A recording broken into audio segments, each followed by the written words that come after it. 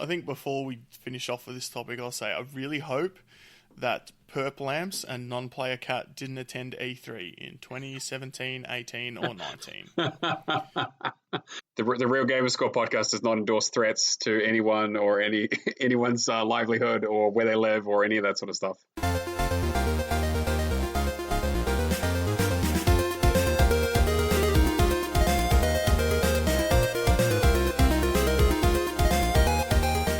Hi, this is Alex. Welcome to the Real Gamerscore podcast.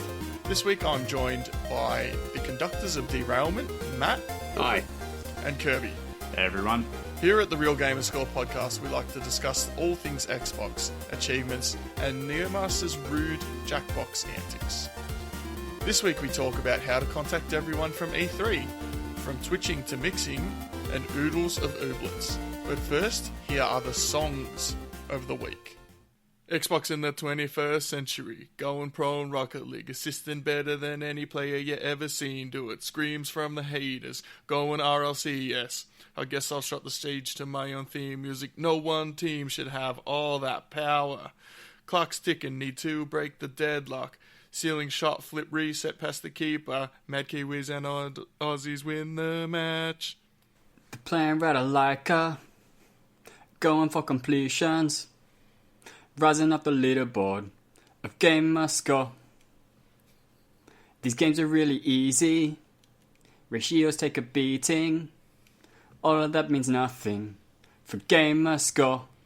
Boosting time, join up in the lobby. We've got 3 hours to get done. Boosting time, some annoying random is messing with us just for fun. I just wanna get the session on. I just wanna earn some gamer score. I just wanna get some easy points and play this game no more. Boosting time. The host now hasn't shown up. What are we supposed to do? Boosting time. I guess I'll double box it or I'll never finish Fear 2.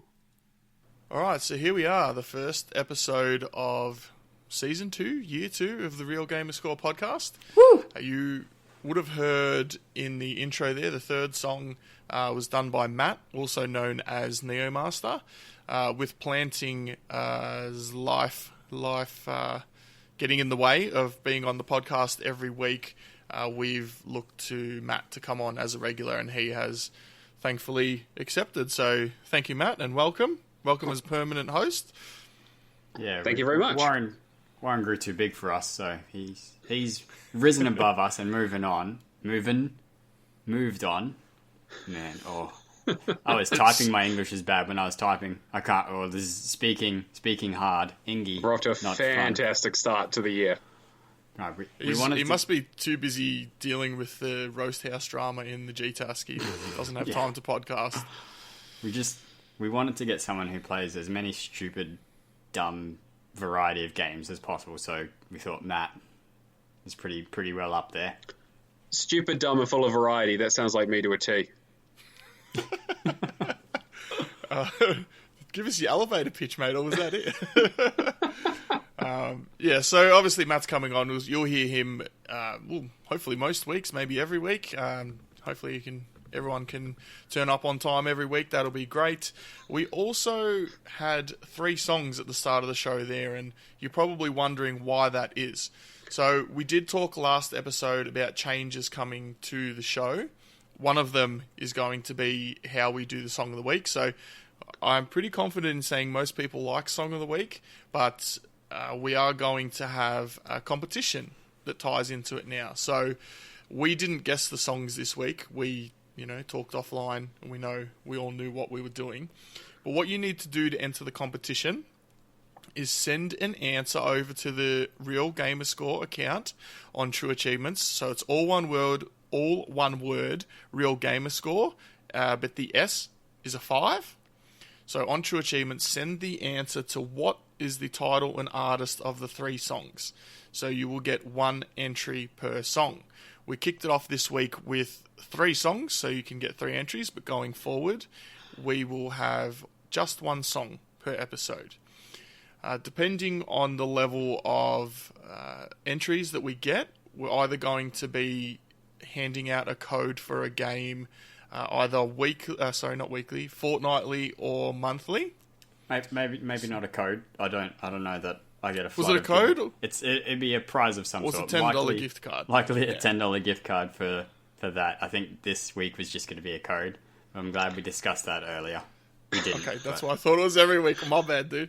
So yeah, this week will be a game code, and going forward it'll be like an indie game or a $10 gift card, depending on what we have available. But like I said, we're going to be doing that either fortnightly or monthly, so send your answers to the Real Gamerscore account on True Achievements. While you're there, you might as well add it as a friend so your milestones can get tracked in the feed as well.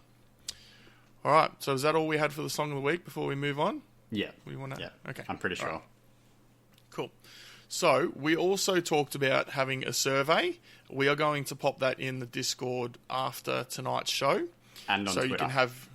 And on Twitter, and you can have your say about the aspects of the show that you like, that you don't like. There's even a free text box at the end, so if you would like to write specific answers or specific feedback for anyone, we would love to read it.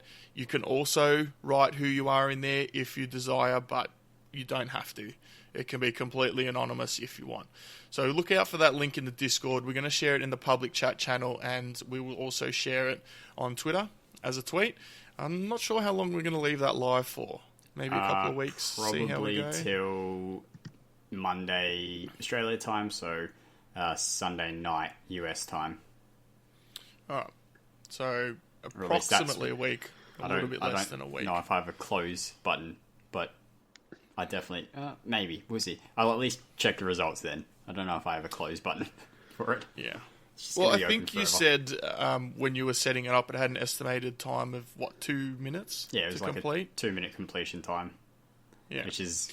Unfortunately, we don't give you 1,000 game score for it, but if we did... I was going to say, it's basically a Ratalaika game. Yeah, if we could, we would. But yeah, so if you do have the time to send in the feedback to us, we would love to hear it. You can even put in there what we talked about last week, any ideas for segments or things you would like to see in the show. So yeah, please take the time to fill out that survey. We would all really appreciate it. We're going to read everyone's responses, not publicly on the show.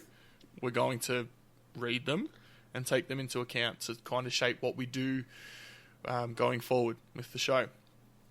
Alright, I mentioned the Discord. We're going to plug it. Always plug it at the start of the show. You can join us in Discord. You can find the link to join us at discord.io/realgamerscore.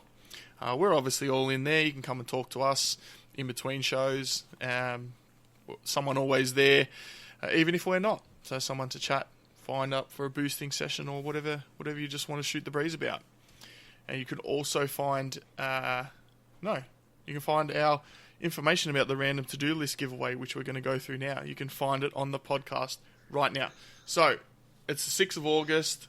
We're going to draw the random to-do list giveaway. So, Chin, you drew that a short time ago. I did. What is the prize for that one, and who won it? So, the prize for last month, July, was... Yeah, last month was July. Man, it was, yep. It's just... Time is moving so quick. Months, dates. Oof. It was Stranger Things 3: The Game. So it was that's such a good prize, I think. Tactical RPG strategy game. Follows the storyline of Stranger Things 3. I think with a few extra little bits thrown in for fun. But the winner of that is... Shadowless Edge. Though I don't know who that is, so maybe he has a I've friend never heard who of can him. contact us. I think it's a new listener. First time they've messaged us. So if anyone knows how to contact them, just tell them to get in contact with me on Discord or True Achievements, and I'll get the code sent over to them. I actually finished watching the third season of Stranger Things a couple of nights ago, so I'm pretty keen to play that game myself. Yeah, me too, actually. That's a banger. Favorite non-spoiler moment of Season 3 of Stranger Things? Good question. Basically, Steve's whole performance at was it Scoops Ahoy? Scoops Ahoy? Yeah, just him trying to pick up chicks and just being like the worst. Yeah, that was good. Now I'm gonna have to think of something else. Damn it. Well, while you think of something else, I got something. All I'll say is Dustin singing. Oh yeah, That was my backup. Oh man. His singing voice, man. Oh, it's beautiful. You guys are awful. Oh, I guess then, the first pool scene was pretty good. The first pool scene where what's his name comes out as a lifeguard. That everything about it was just brilliant. Yeah. And whistles at the fat kid running, and I think that was pretty good. I don't know that was my favorite or even my third favorite, but I'm scrambling for good bits here of trying to remember since I watched it 2 or 3 weeks ago. But I think that was a pretty good moment. Interesting tidbit for that. So starting the tangents off early. The guy who plays the mayor is the guy who played Wesley in The Princess Bride. Ah, yes, that movie that we've all seen. The Princess Bride. Is that an arch made of vials, or? Oh, are we getting into this again? Why am I the only cultured one on this show? Unbelievable. Princess Bride is a great movie. When you say Wesley, yes, what's the bad guy from the Resident Evil movies? Wesker. Oh, Wesker. Yes. Not Wesley. Okay. So you just said Wesley. That's who I thought you were talking about. And I'm like, yeah, no, Princess Brides. Are you on the right podcast, Matt? Are you lost? Yeah, no, I must have taken a wrong turn. I must be in the upside down. Speaking of the mayor, that's a good way to bring it back. For about 3 or 4 episodes, I was thoroughly confused between the mayor and the head reporter or the head of the. Yeah, me too. Actually, to be fair, they're very similar looking. I got super confused about that for a really long time. Yeah, no, I feel that. It took me a minute as well. All right, well, let's get back on track. So congratulations, Shadowless Edge. Yeah, get in touch with Kirby. You get the code for that game. Also, we're going to draw the Patreon winner for the game drawing. So that's for. Is it an ID Xbox game Xbox code game of your choice? Yes. All right. So who has won that one? LA Jester. Who's that? X-Lax Jester. X-Lax. Yeah, okay, yeah. Okay. I've heard of that guy. X-Lax. Yeah, hang on a minute. Are you saying that I came on the podcast again and I didn't win again? I had to re-roll it. Unbelievable. I think all your votes are invalid at this point because you're on the show. I don't think you can win anymore. I specifically asked to get on this episode because I knew the drawing was happening, and this is what happens. Unbelievable. All right. Anyway. So there you go, XLAX Jester. Get in touch with Chin and let him know what game you would like. To add to your random to-do list pool, really. Yes. You're better at it. All right, we're going to hit straight into the news. So it was kind of a light on news week in terms of number of topics we were going to talk about. But this first one here, Chin, you've brought this one to the table. Why don't you tell everyone what's going on here? I mean, everything we've got is kind of just sort of controversy central. It's great. A bit. But this first news story, I think, broke over the weekend. Essentially, E3 accidentally leaked personal details of just over 2,000 journalists and YouTubers and sort of industry people. They had a list of the details accessible via their website through a download link. That link has since been removed. So that's good. Is the Entertainment Software Association website. But the list included names, publications, so who they worked for, home addresses, email addresses, phone numbers it's of games journalists, streamers, YouTube content creators, financial analysts, and investors. So it's a pretty unfortunate thing that they've done. You know, they've done all their we really regret that this has happened and you know, So the list, the fact that the list exists at all is because it's so that publishers and developers can invite specific analysts and journalists and whoever to their private viewings that happen during the show. So not really for the big presses that they stream on Mixer, but more for, you know, the behind the curtain stuff where you're showing off a specific game or talking about certain investor things, which is what E3 was originally about. But now, you know, so that they have said that they've taken steps to not have this happen again. And then later on, a couple of days later, it was discovered this had also happened in 2018 and 2017. So this is the third year running for them accidentally sending out all details or having all details available to anyone who found the link. It's really lucky that the ESA is in such a good spot with E3 and everything's going well and healthy and people aren't pulling out of the show and they're not causing any controversy or problems, right? Yeah. Yeah. I mean, at least this one was a lot smaller of a leak. The previous years were 2,800 people and 3,300 people, so you know the numbers are down. The numbers are down really well. We only ruined 2,000 people's lives. I wonder when reading this, and I guess it doesn't go into specifics that I could see. I wonder when they're talking about media personnel. I wonder if is Mikey Barra on that list. I presume no. But I assume more like Jason Schreier from was it Kotaku? Yeah, he's Kotaku. Yeah. So IGN. That was going to be my next thought. There are a lot of big names that attend E3, and having their address out is a really bad thing for them. Yeah, I feel like not so much the name and publication, that's kind of whatever, but the home address is probably the it's to mail things out, I guess, but just send it to the publications company place. You know what? I don't know why you'd. I guess for YouTube people, maybe they don't have a company. Yeah, has anyone actually sort of picked through the list as to what level of people we're talking about here?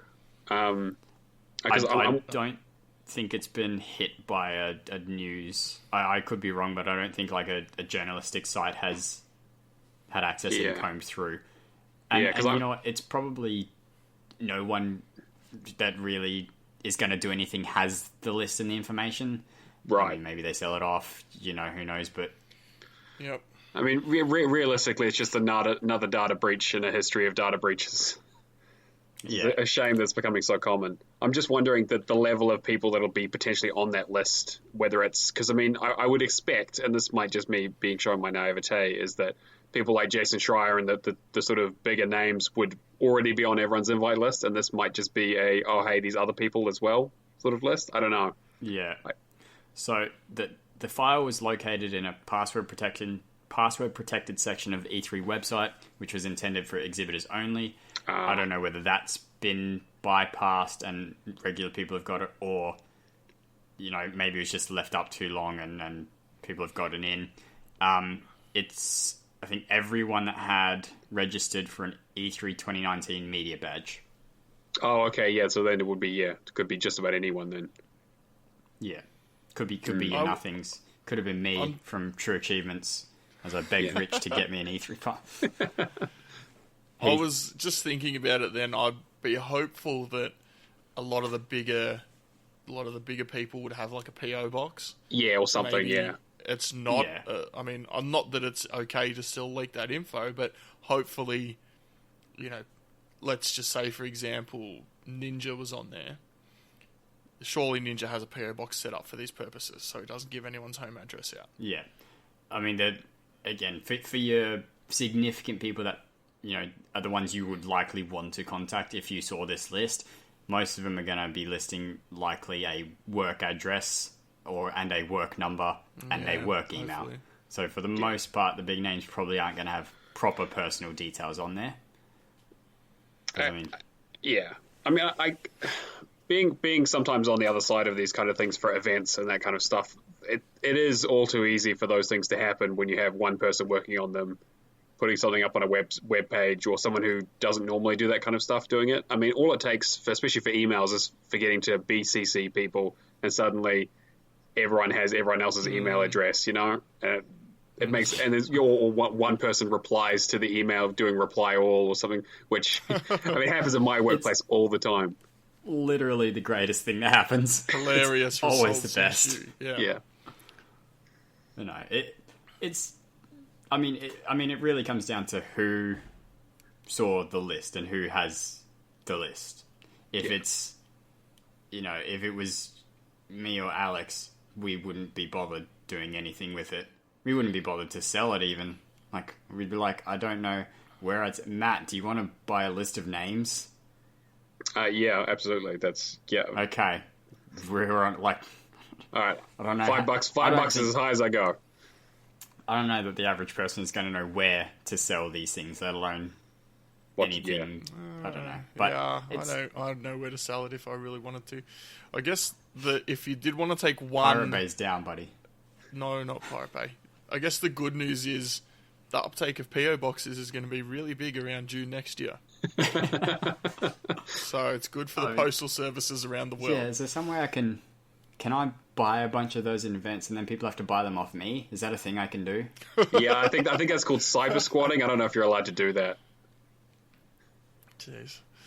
All right, well, there you go. So if you go into E3, maybe get a PO box. That's what we take away from that. We did mention Ninja there, so I'm not sure how long we'll end up talking about this one, but it's worth mentioning.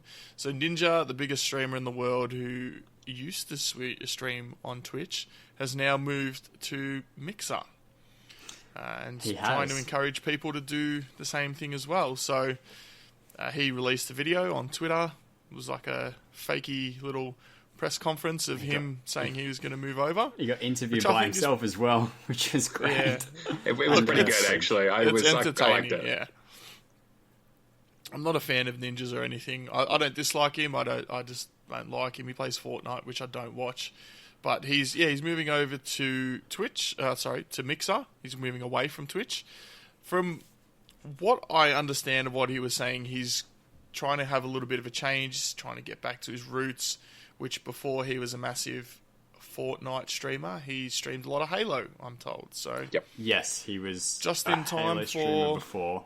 Realized it wasn't going anywhere, and switched to something else, and then to Fortnite. So people have been kind of theorizing that he would be getting back to Halo, especially with Infinite not being too far away. Is Infinite later this year or early 2020? 2020 launching with the console. Yeah. Oh, late 2020. Yeah. Okay. Oh, yeah. Somewhere, I think might be a little earlier than that, actually, I think. Yeah. But, I know you could play it on Scarlet at launch, is what I think they said, but I think it might be coming out for the Xbox One a little earlier than that, but I think there was some talk around if they're going to do a different version for the Scarlet, or if it's just going to be you buy it once and you can play it on the Scarlet later, or whatever it is. Yeah. I like when companies do that kind of thing, but I guess they're under no obligation to do so. So I was just having a quick read of some of the comments, and I mean, take this with a grain of salt, but Elio has commented, I don't care for streaming or streamers, but this has made a bang. The Mixer app went from the 40-something most used entertainment app to second. Straight after this announcement. In first now. In first now. Microsoft has the top paid and the top free app. What's the top paid app, Alex? At least on iOS. I don't know about Android. What do you think the top paid app that Microsoft has? I mean, when you hear it, you're going to be like, oh, that's dumb. Obviously it's that. But actually trying to think of it, you're like, oh, I don't. I might have an idea. It won't be Smart Glass. No.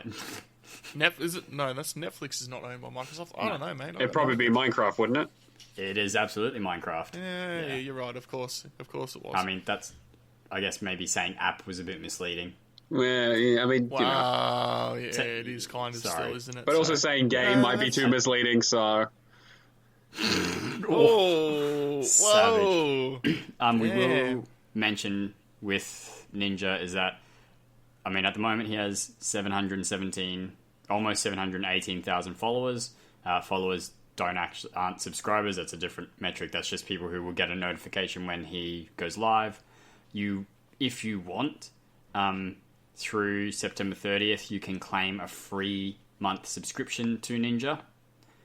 So you can be subbed to his channel. You don't get ads, assuming you didn't use ad block on there for whatever reason. And you also get 22 custom emoticons that he has. He also gets some money. So, good for him, I guess. Speaking of which, he apparently got paid over $50 million for the move from Microsoft. Yeah, I think that's 50 the million. reported number at the moment. Yeah, no one's Really? 100% sure, but that was the talk, yeah.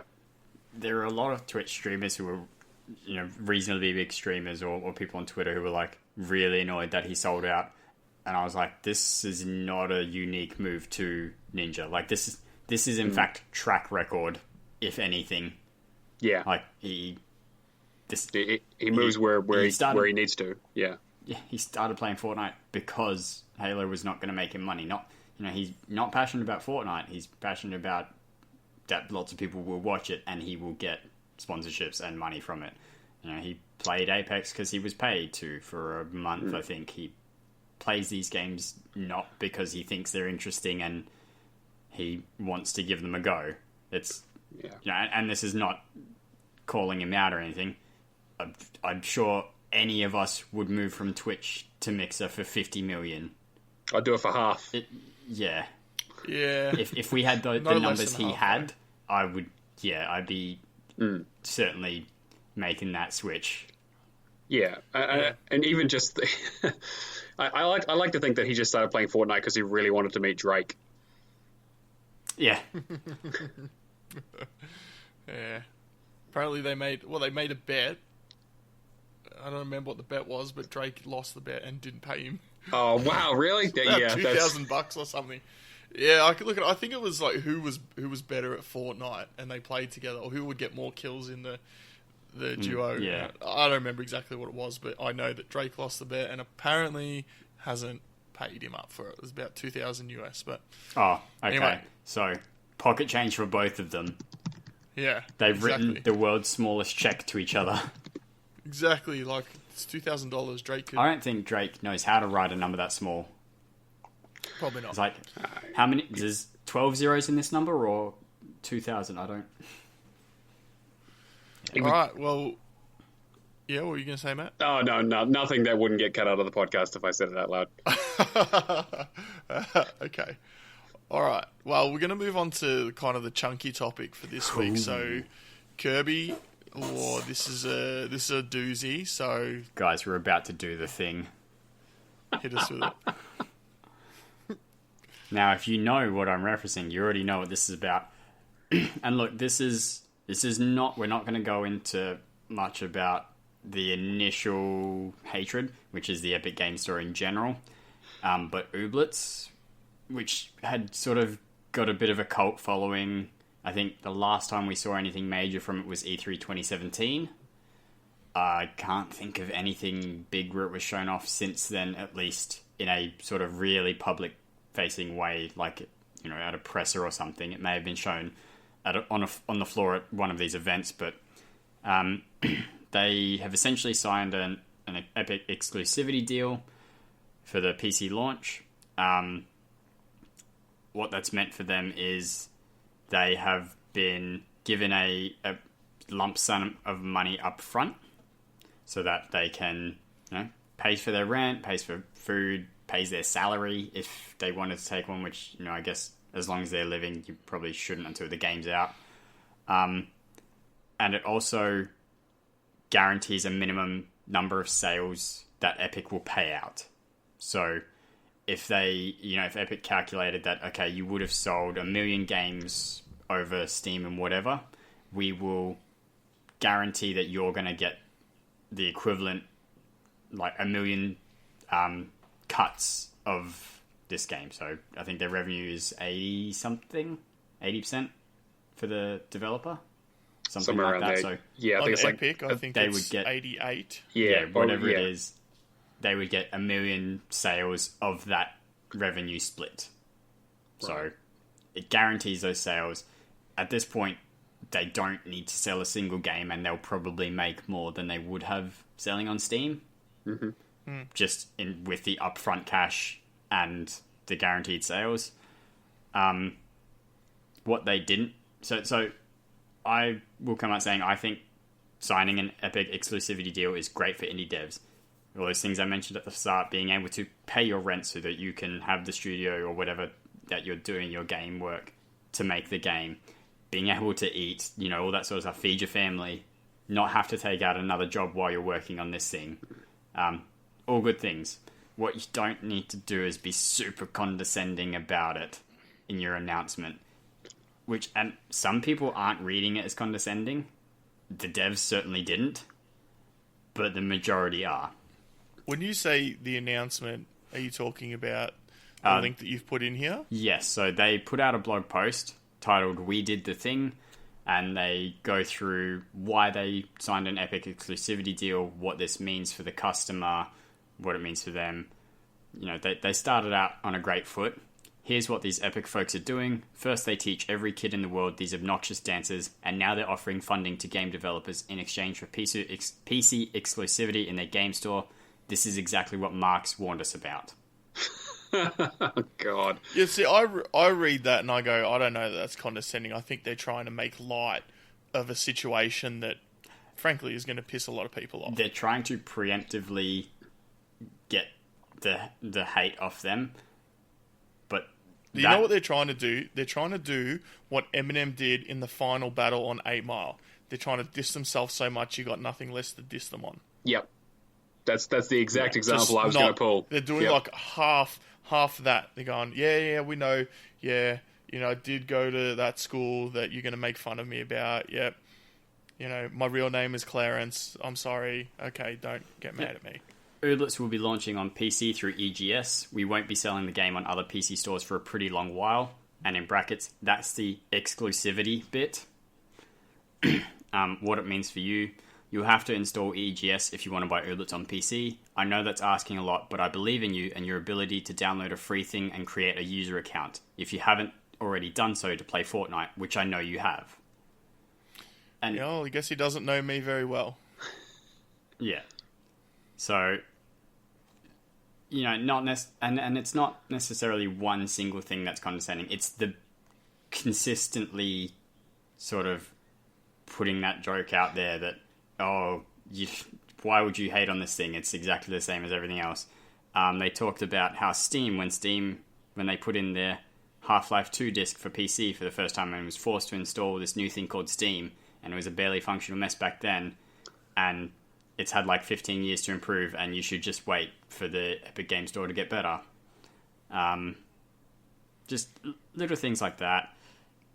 Saying that there is lots of things to be more upset about than getting angry at the Epic's Game Store, like climate change and human rights abuses, and the new Twitter desktop UI, and the last season of Game of Thrones. We're just joking about those last two. Please don't get angry at people for that. So they weren't the greatest people in their blog post. Yeah. They then took that to Discord. So this is their Discord that they run. I don't have the quote. Is this an Ooblets Discord? Yes, this or is. Or is it a developer Discord? It's an Ooblets developer Discord. It's the developers created this Discord server so that they can communicate to their community, tell them what's going on. I don't remember the exact quote. I don't have it with me, so I'm going to sort of paraphrase, and maybe I'm going to paraphrase it a bit harshly because I don't particularly think highly of them, but they said something along the lines of, anyone who is... all the people sending these hate messages right now are just coming from Reddit and 4chan and probably weren't going to buy this game anyway. Now... Which is a great way to start. Yeah, I'm kind of two minds about this originally when I started reading through this, and I was thinking, okay, I can understand. I'm no stranger to trying to be snarky and have my joke go over really badly, especially over text, right? Where you come off as condescending and just talking down to people, where you're just trying to be funny or trying to soften the blow for something where because they're right, people will get upset about this, and this would have turned into, to be fair, this probably would have turned into some sort of controversy. Where obviously not this big of a controversy, but there still would have been a discussion about this happening, even if they hadn't fanned the flames like they did. But yeah, especially it's tough because most of these games say we're coming out on Steam, and then they sign this deal, which it feels for the community would feel like a backhand. Yeah. So like that doesn't start you off well, but that's going to be every game that signs an exclusivity deal with Epic. You can't avoid that. Yeah, because previously you had to say you were coming out on Steam. Exactly, but so I can understand wanting to get ahead of that, and like so I can see what they were trying to do with the blog post, but obviously it didn't come off very well. I mean, I thought it was like, okay, that's kind of funny, but also like, yeah, no, people aren't going to be happy about this. This is probably not the best approach. But reading through some of this Discord stuff, it just really starts snowballing out of control. Yeah, I'll see if I can find another link to more things. There's like a Imager Dropbox type thing of a list of responses they've had to people. But I went into the Discord, I read pretty much everything. It was honestly, it took me about 5 hours to read through all the messages because it was a lot of messages and it went, 36 hours back from where I'd started reading. They started out, a lot of people came in quite hostile towards them, a lot of users. Some were had real questions, but most of it was the same 5 to 10 people being quite hostile. So they tried to be polite back at first, but were kind of dismissive and then got hostile. And then that hostility seemed to remain as the people with real questions and real concerns came out to ask. That hostility seemed to stay there, and they just sort of, without thinking, just attacked these users. Attacked is maybe too strong a word, but they certainly weren't polite with the users. Yeah, the potential public who are buying their game. Yeah, it's not. It wasn't a good look, to say the least. Yeah, I think for this whole situation, I think that it's going to be something that every developer has to look at going forward, and I think that if you're the kind of person, and I'm not suggesting that people who are unhappy about this are, I think if you're the kind of person that begrudges a small developer for taking a deal where they are safely guaranteed, money to pay salaries and work on the next game, I think if you're the kind of person that begrudges that, I think you probably need to have a look at yourself, because that is utterly ridiculous. Yeah. If you have a problem with Epic and the way that they're doing business, I think that that's perfectly reasonable. I think if your problem is that you have to download another launcher and the other launcher doesn't work the same way Steam does, that doesn't wash with me as a legitimate complaint. I think that people have a right to be angry about Epic and the way that they're doing things, because could you imagine if in Epic's place it was Sony? And you and I, were excited for the next, I don't know, let's just pick Call of Duty for an example. You're excited for the next Call of Duty game, and Sony has been putting money forward to get exclusivity for, a month or something on their DLCs. They've been doing it with Destiny. What if they went and straight up exclusivity Call of Duty, a game you were really looking forward to? This is a timed exclusive, so they've at least said we are going to release on other PC stores once the exclusivity runs out. So this is, Rise of the Tomb Raider had a year on Xbox before it came out on PlayStation, I think. I was going to say, it sounds like this Ooblets is probably about a year. Yeah, if you're excited for a game and you have to wait another year for it, are you going to play it? There's no specific timeline announced yet, so I get it. Yeah, and the other thing, and this is when that sort of comparison between consoles happens and that sort of stuff, is that the difference is that you're talking about a different launcher on the same device that you already own. There's no more initial investment. It's like I don't have to buy a new $500 box to play this game now that I don't already own. Whereas, if something gets moved from Xbox to PlayStation, I don't own a PlayStation. I'd have to go get one if I really wanted to play this game, and that would probably mean I wouldn't get one. But yeah, I know what you mean. It seems like there's two sides to it, but I really feel like that people really do blow it out of proportion, and sometimes it feels like people are just being angry to be angry.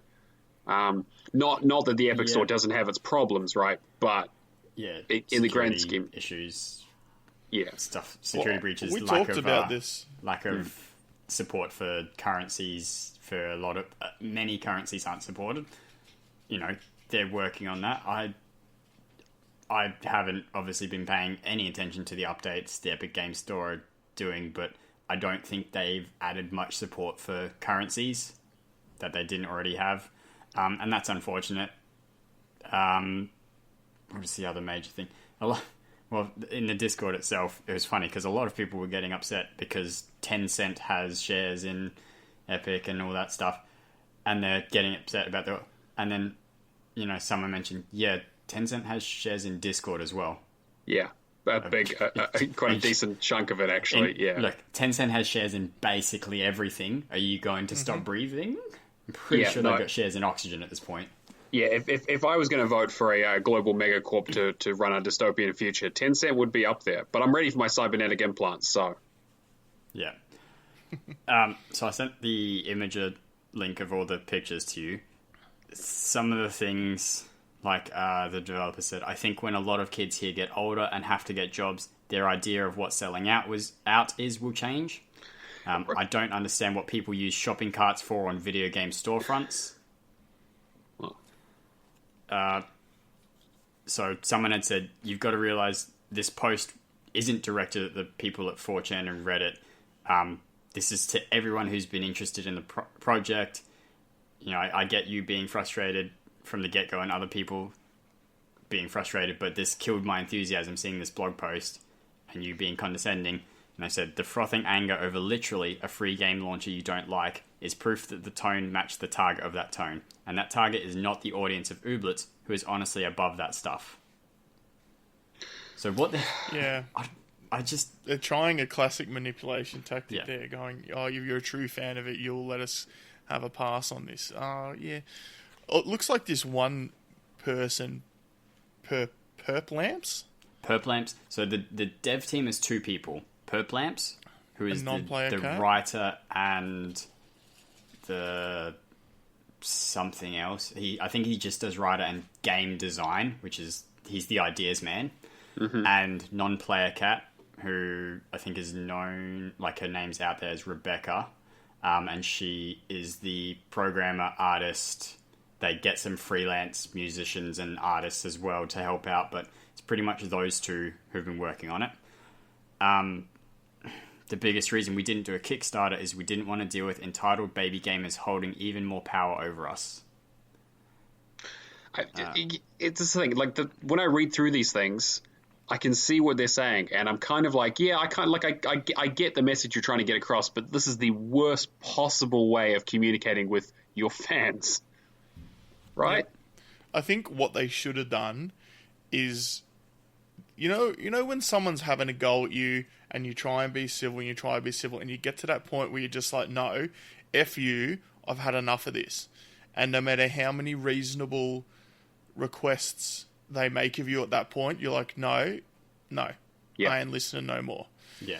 I'm not a PR firm, but if you'd have just taken 24 hours, sit there, have a read of the things that are coming through, decipher all the people that you decide are trolls, but have a listen to the people that actually want to give you money for your game.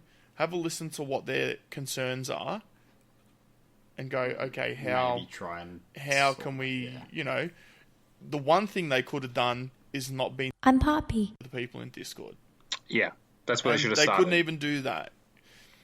They're talking about gamers acting like big babies, and I mean, yes, I'm sure that they were, but I'm seeing these developers acting like big babies too. So, yeah. I mean, this. I was marginally excited in the fact that I was aware of this game, and I wasn't obviously following it because I'm aware. And you play everything. I'm aware of 50,000 games that I'm reasonably interested in, and I'm not going to keep track of them all. Just not.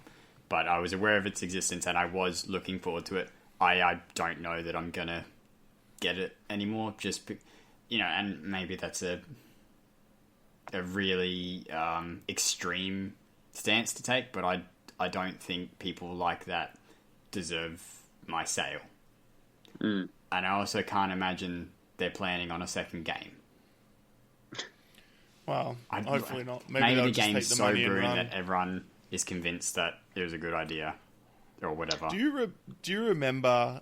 There's famously around the internet, and I know back when Z2Z was a thing that Randy used to talk about this all the time. But do you remember the boycott Modern Warfare 2? Oh group yes, that he would talk about on Steam. I love that. And they're so angry about it, and they're like, no, we can't stand for this. We're going to do the talking with our wallets, and then the day of release, Modern Warfare 2 releases, and, they're all playing. And literally every all single the one people of in them. that group have playing Modern Warfare 2 next to it, Yeah. Exactly. And I wonder how much of this is going to be like, oh, I'm so angry about having to get Epic Launcher, and then release day comes around, and they're like, well, I really want to play it. I'm just going to get the Epic Launcher and play it. Yeah, I think that's I think it's part of it is people want to be heard, right? And the other part is that they still want to play the game. And that's an interesting point you bring up about the because do you actually remember what the controversy was about that Modern Warfare 2 thing? Was the whole reason that happened? Not no Russian, right? No, it was. I was going to say no Russian. No, it was because they weren't going to have dedicated servers on the PC version. And this is and that's kind of what I was thinking was that realistically, they deal with this flack for a little bit. This controversy blows over, and in 2 years they sell a bunch of, the game comes out, it's good, people buy it, and people have to strain and go back and try and remember what the controversy was in the first place, right? And that's so often what happens in this industry, where it's like people just lose their minds over the first thing that happens, and quite rightly, because this is a pretty rough situation that it's turned into. But, looking back in a month, I don't really see this showing up ever again. And I think that, pretty much everyone who complained about it will end up buying it at some stage. Yeah. Well, I think before we finish off with this topic, I'll say I really hope that Perp Lamps and Non-Player Cat didn't attend E3 in 2017, 18, or 19. Because they showed if off. They did. They wouldn't have been as media, though. They would have been as something else. It would have gone in as game dev something. Well, I mean, I don't know. I'm just saying you would want to be being a bit careful, maybe moving house. Just a precaution. Yeah. The Real Gamerscore podcast does not endorse threats to anyone or anyone's livelihood or where they live or any of that sort of stuff. There you go. I've just done their whole blog post in a poorly. I didn't even think about it like that. In a poor joke, I have just made fun of doxing. Okay, all right. I guess that's a good time for us to move on then. Oh boy. All right, Chin. What's happening in the Great True Achievement Scoring Challenge? Well, we've had. Week 5, period 5 has just passed. Has it? Was it 5? Yeah, it was 5. It was 5, because it was 4 last week. Yep.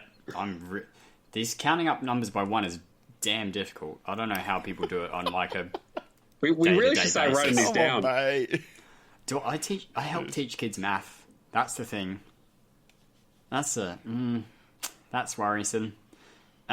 So the bonus for period 6 is a team bonus, and that is to have each member of the teams, so 1, 2, 3 members, earning at least one achievement that is flagged stackable.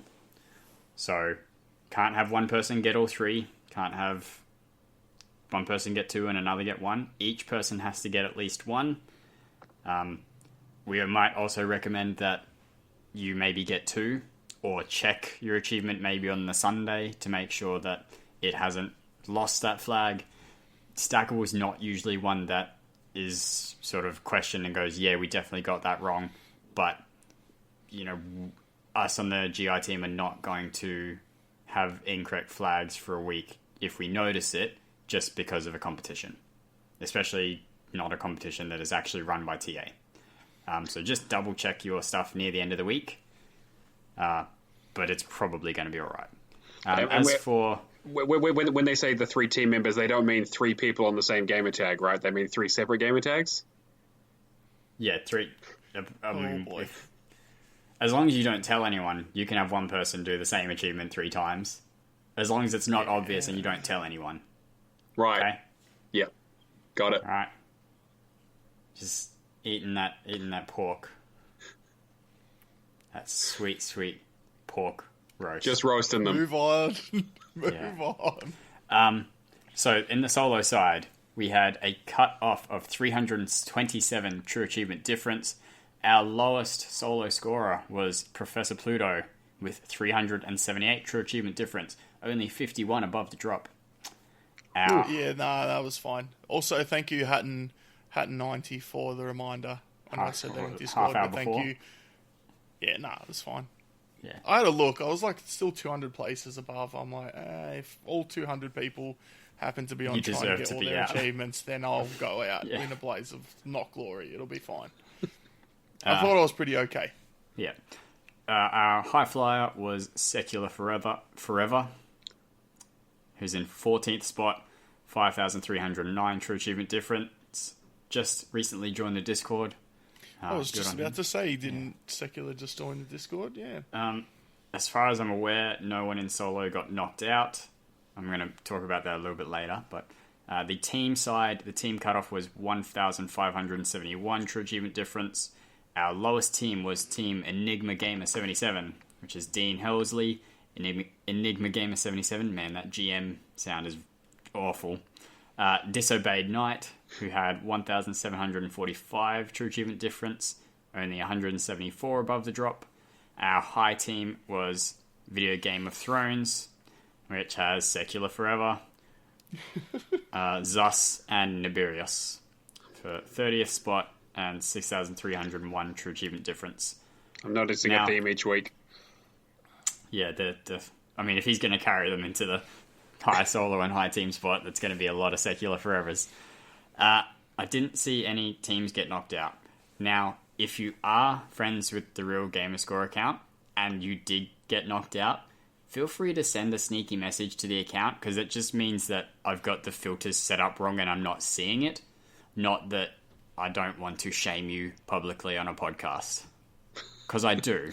Because you do. I absolutely do. But I don't know if no one's getting eliminated or I've just set up the filters wrong and I don't actually see it.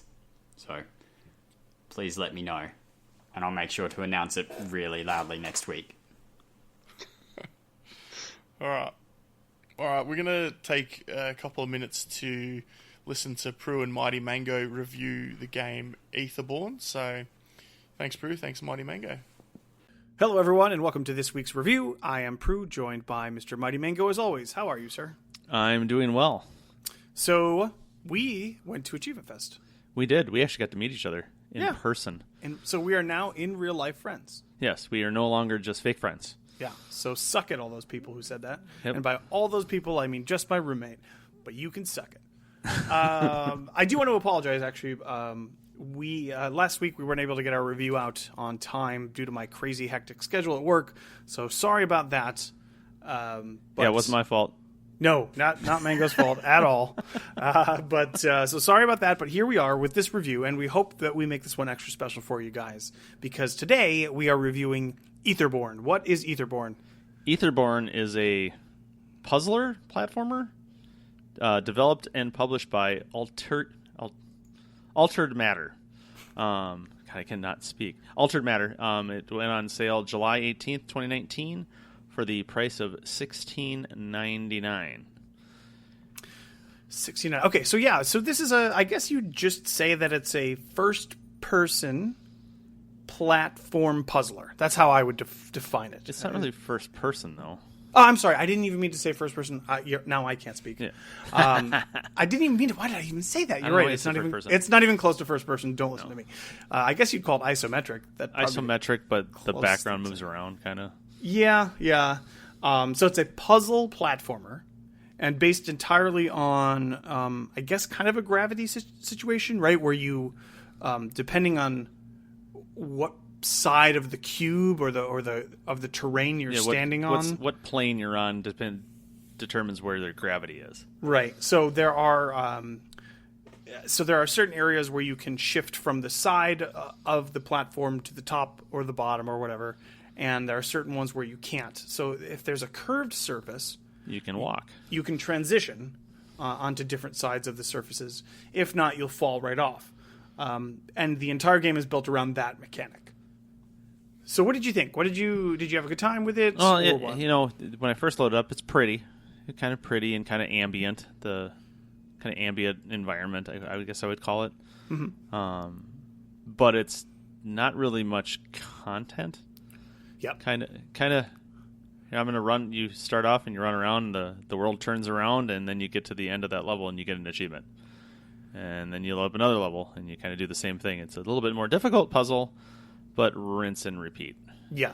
It's a bit of a dull game. Really, the goal is the same the entire way through. Each level, there's like these glowing orbs that you pick up that will activate parts of the level. And but they're not a collectible. Let's make that clear. They're just something that they're like keys for a treasure chest. Basically, you need them to open up the next way to go. Yep. And you do that until the end of the level. And there's, I'd say, 6 or 7 levels, maybe?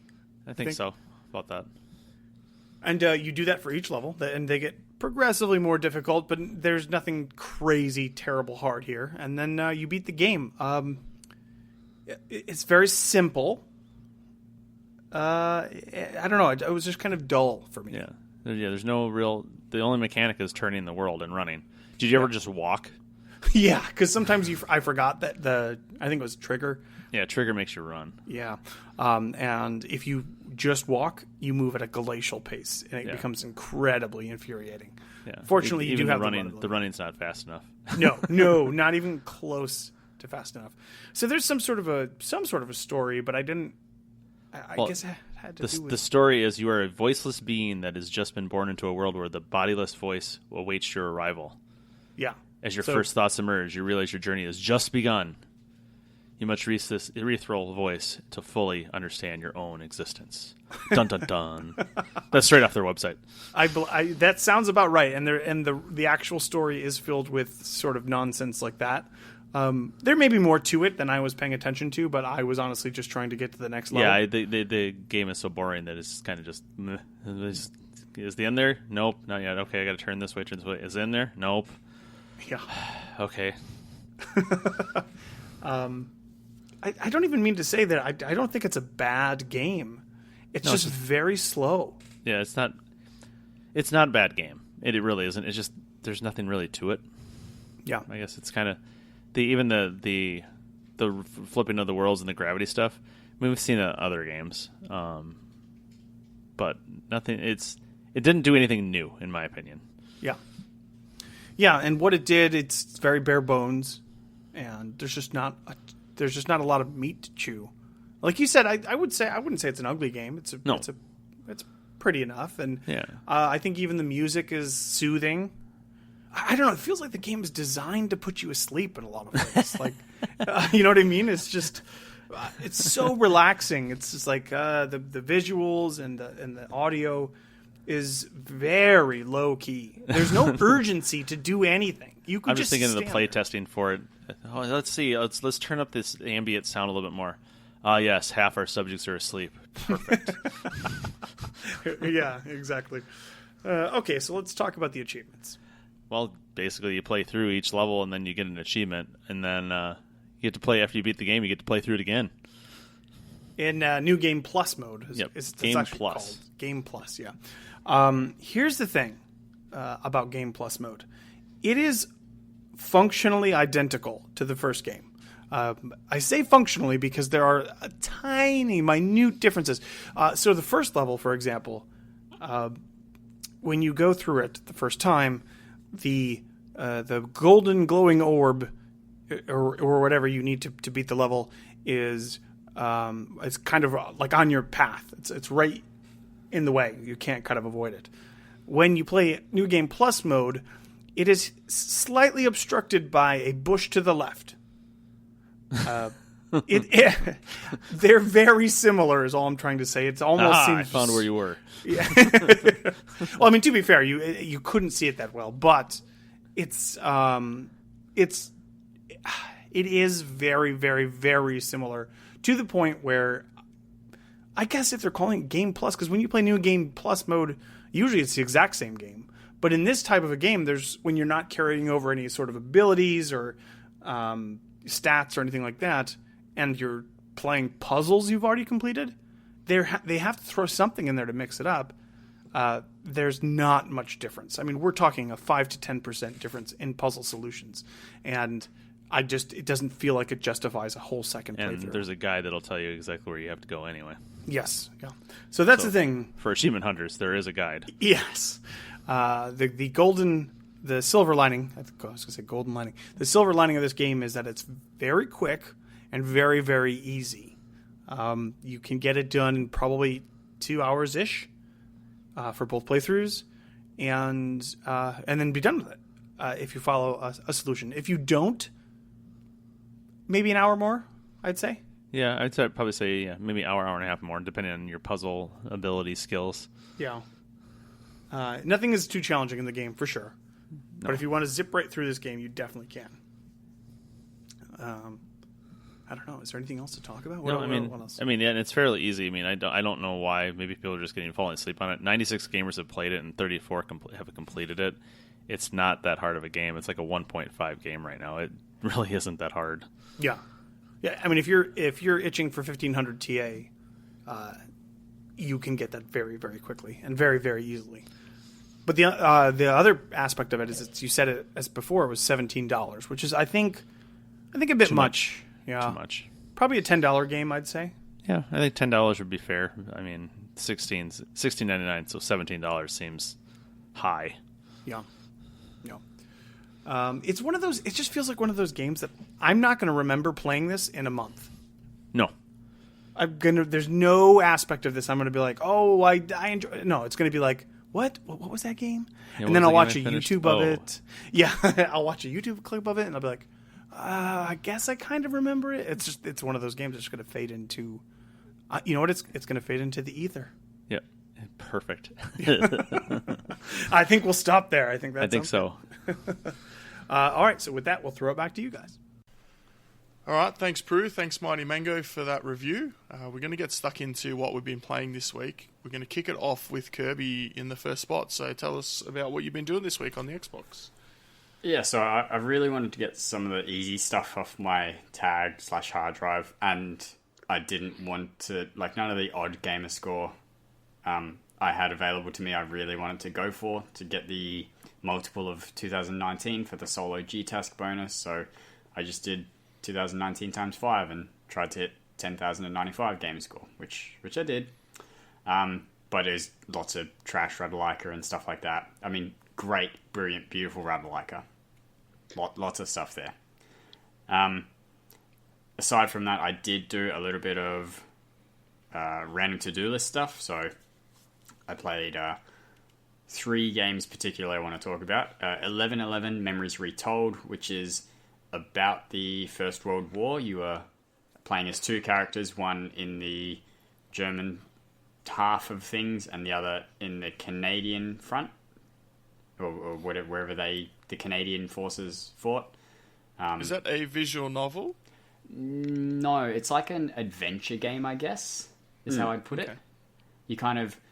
You go just do a series of reasonably basic tasks, like the Canadian is a photographer, so you might go into a little cart and go around a railroad and taking photos of specific things about the war, and then you send them off, and it's telling the war from sort of his perspective as a non-soldier. You know, he goes to the trenches, and where I'm up to, I just finished act 1 or part 1 or something. And they were playing music in the trenches, and your German counterpart, who you played as, was in tunnels underneath the camp and heard the music essentially, went back to his sniper friend, pointed out where he heard the music from, and as the Canadian guy, your friend who was dancing gets a bullet through his skull. And it's just, it very quickly went from sort of pleasant adventuring to this is war. It's very jarring, sudden change. What I really don't like about the game is the art style.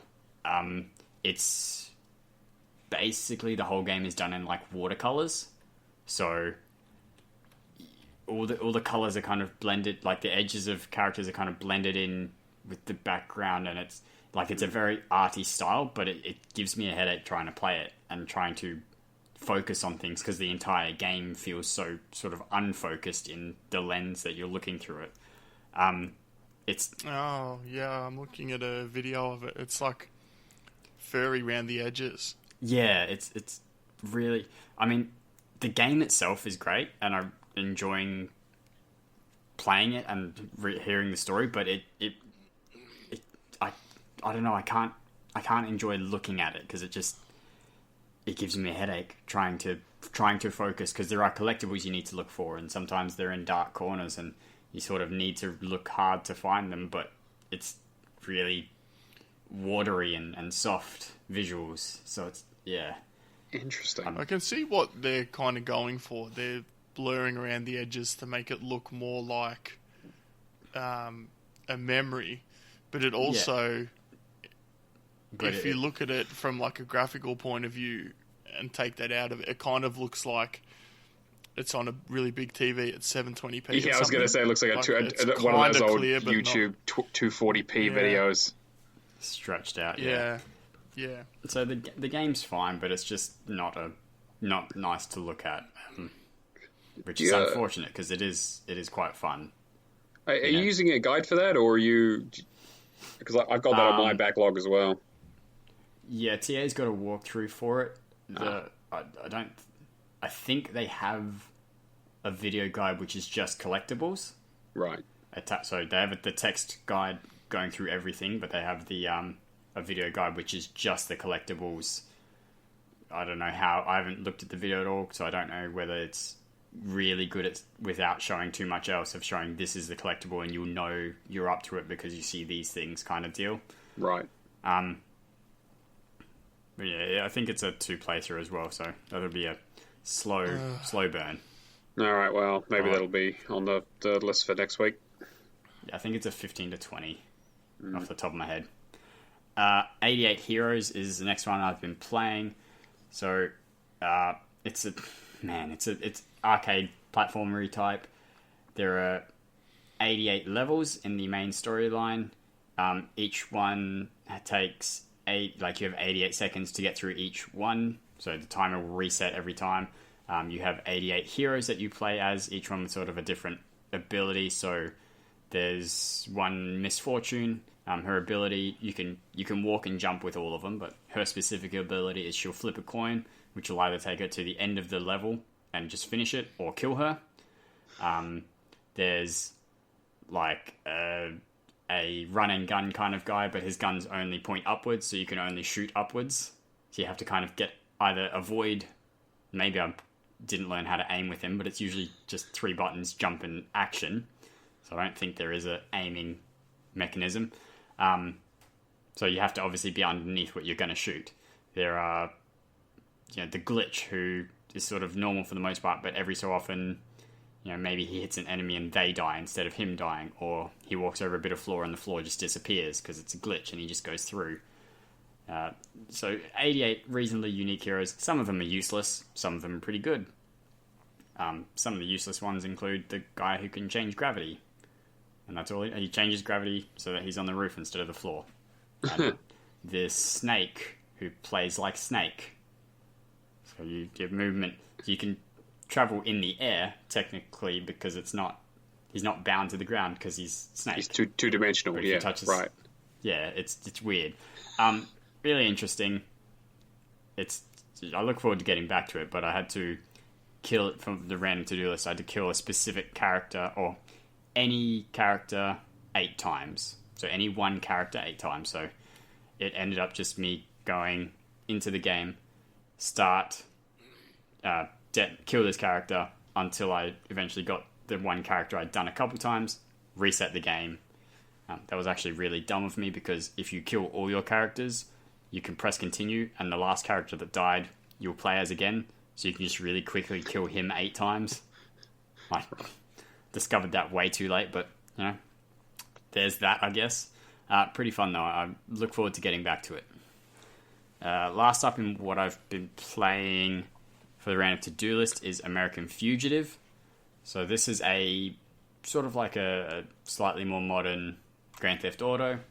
It's at a slightly isometric, top-down-ish view, and you are a person who's escaped from jail, and you do missions for people, and I don't know if there's more story, but I absolutely skipped it because I'm not a heathen and paying attention to the story and all that nonsense. But it's pretty fun. Like, your first set of missions are to do with towing and stuff, so you learn about vehicles and stuff like that.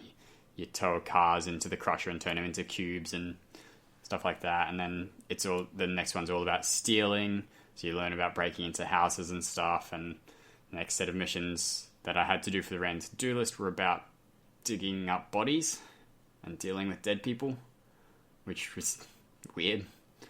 So my first mission had to go to a graveyard and dig up a body and then deliver it to this guy. So, yeah. But I did get a lovely, nice Undertaker's uniform from him, so there's that. I looked stylish doing the rest of my missions. When you say Undertaker's uniform, do you mean the job Undertaker, or do you the mean job, not the wrestler? I was going to ask if you could co-op as Paul Bearer. No. Oh, wow. Okay. No, because you play as an all-American Undertaker. Oh, I see. Right. The chopper, okay. bandana and singlet. Yeah. Come out on a motorbike. Yep. That was an interesting turn of character then. That was a good segue. Absolutely. Off the top ropes.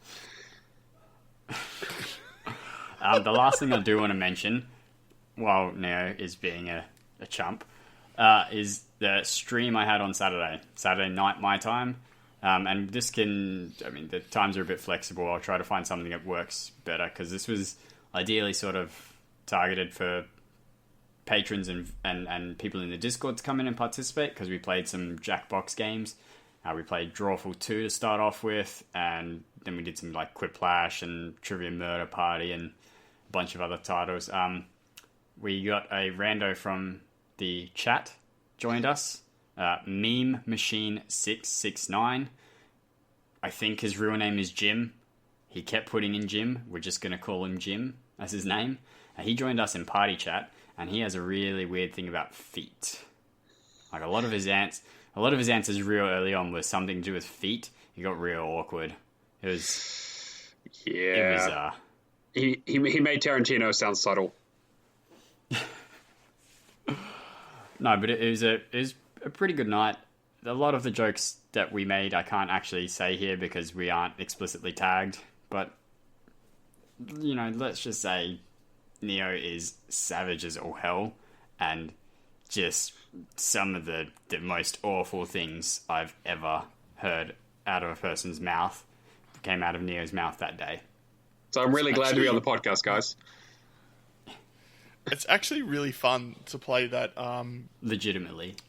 To be that, write the most horrendous thing you can write type of character, because I've done that. I did that. I don't remember what game we were playing. It might have been a Jackbox game. Yeah, it was a Jackbox game we were playing, and everyone was putting funny nicknames on, and I wrote mine like it was like dark as hell or something, and every single answer I was just trying to think of the most perverted and horrendous things to write, and I just destroyed everyone because they love my answers so much. And actually, I don't actually think anyone knew it was me after all that, because it was a full game, and everyone was like, "Is it you? Is it you?" And everyone was like, "No, it's not me. It's not me. It's not me." Well, but yeah, Alex, it is kind of funny. Do you know what a gollywog is? Oh God. Yes, I know what a gollywog is. So one of the games we played is TKO, which you draw some pictures and then you make up some sayings, and a person will get some pictures and some sayings, and they have to make the funniest t-shirt. Shadow happened to get one of my pictures and one of my sayings, and I'd drawn a poorly drawn sort of gollywog character, and one of my phrases that you might see on a t-shirt is I'm sorry, I cut out the laughing. Is I'm Neo's dad. I'm Neo's dad? Yeah. So Shadowless paired that face with the phrase I'm Neo's dad, and hilarity ensued for all of us. Yeah, so I came up with a couple of shirts of my own, but guess which one won the contest at the end of it? I don't know, is it the Gollywog Oh, one? it was definitely the Gollywog one. That one just destroyed everything. Oh, it was so bad. It was so bad. Oh, it I'm was. imagining people in their cars pulling over right now, writing into Google, what is a Yeah, Gollywog? yeah. Oof. Yeah, that whole section might get cut. I don't know. I'll see how I feel. Also, can I tell my train joke then? No, definitely not. That'll be in the outtakes. For sure. The best part about that game, though, although I think that game works better locally with people in the room than it does, because it takes quite a while to get into the meat of it, and then it feels quite short. The best part is you can purchase any of the shirts that you create. So I may just do this in my own time, make it and purchase it myself. A shirt saying I'm Neo's dad with the picture of the Gollywog, and wear it to PAX. Oh, boy. I might just in my own time get that shirt. I think it's like $25 over. I'm like, is the joke worth it? Is the dumb joke where I'm probably going to get kicked out of PAX for wearing that shirt, is it worth it?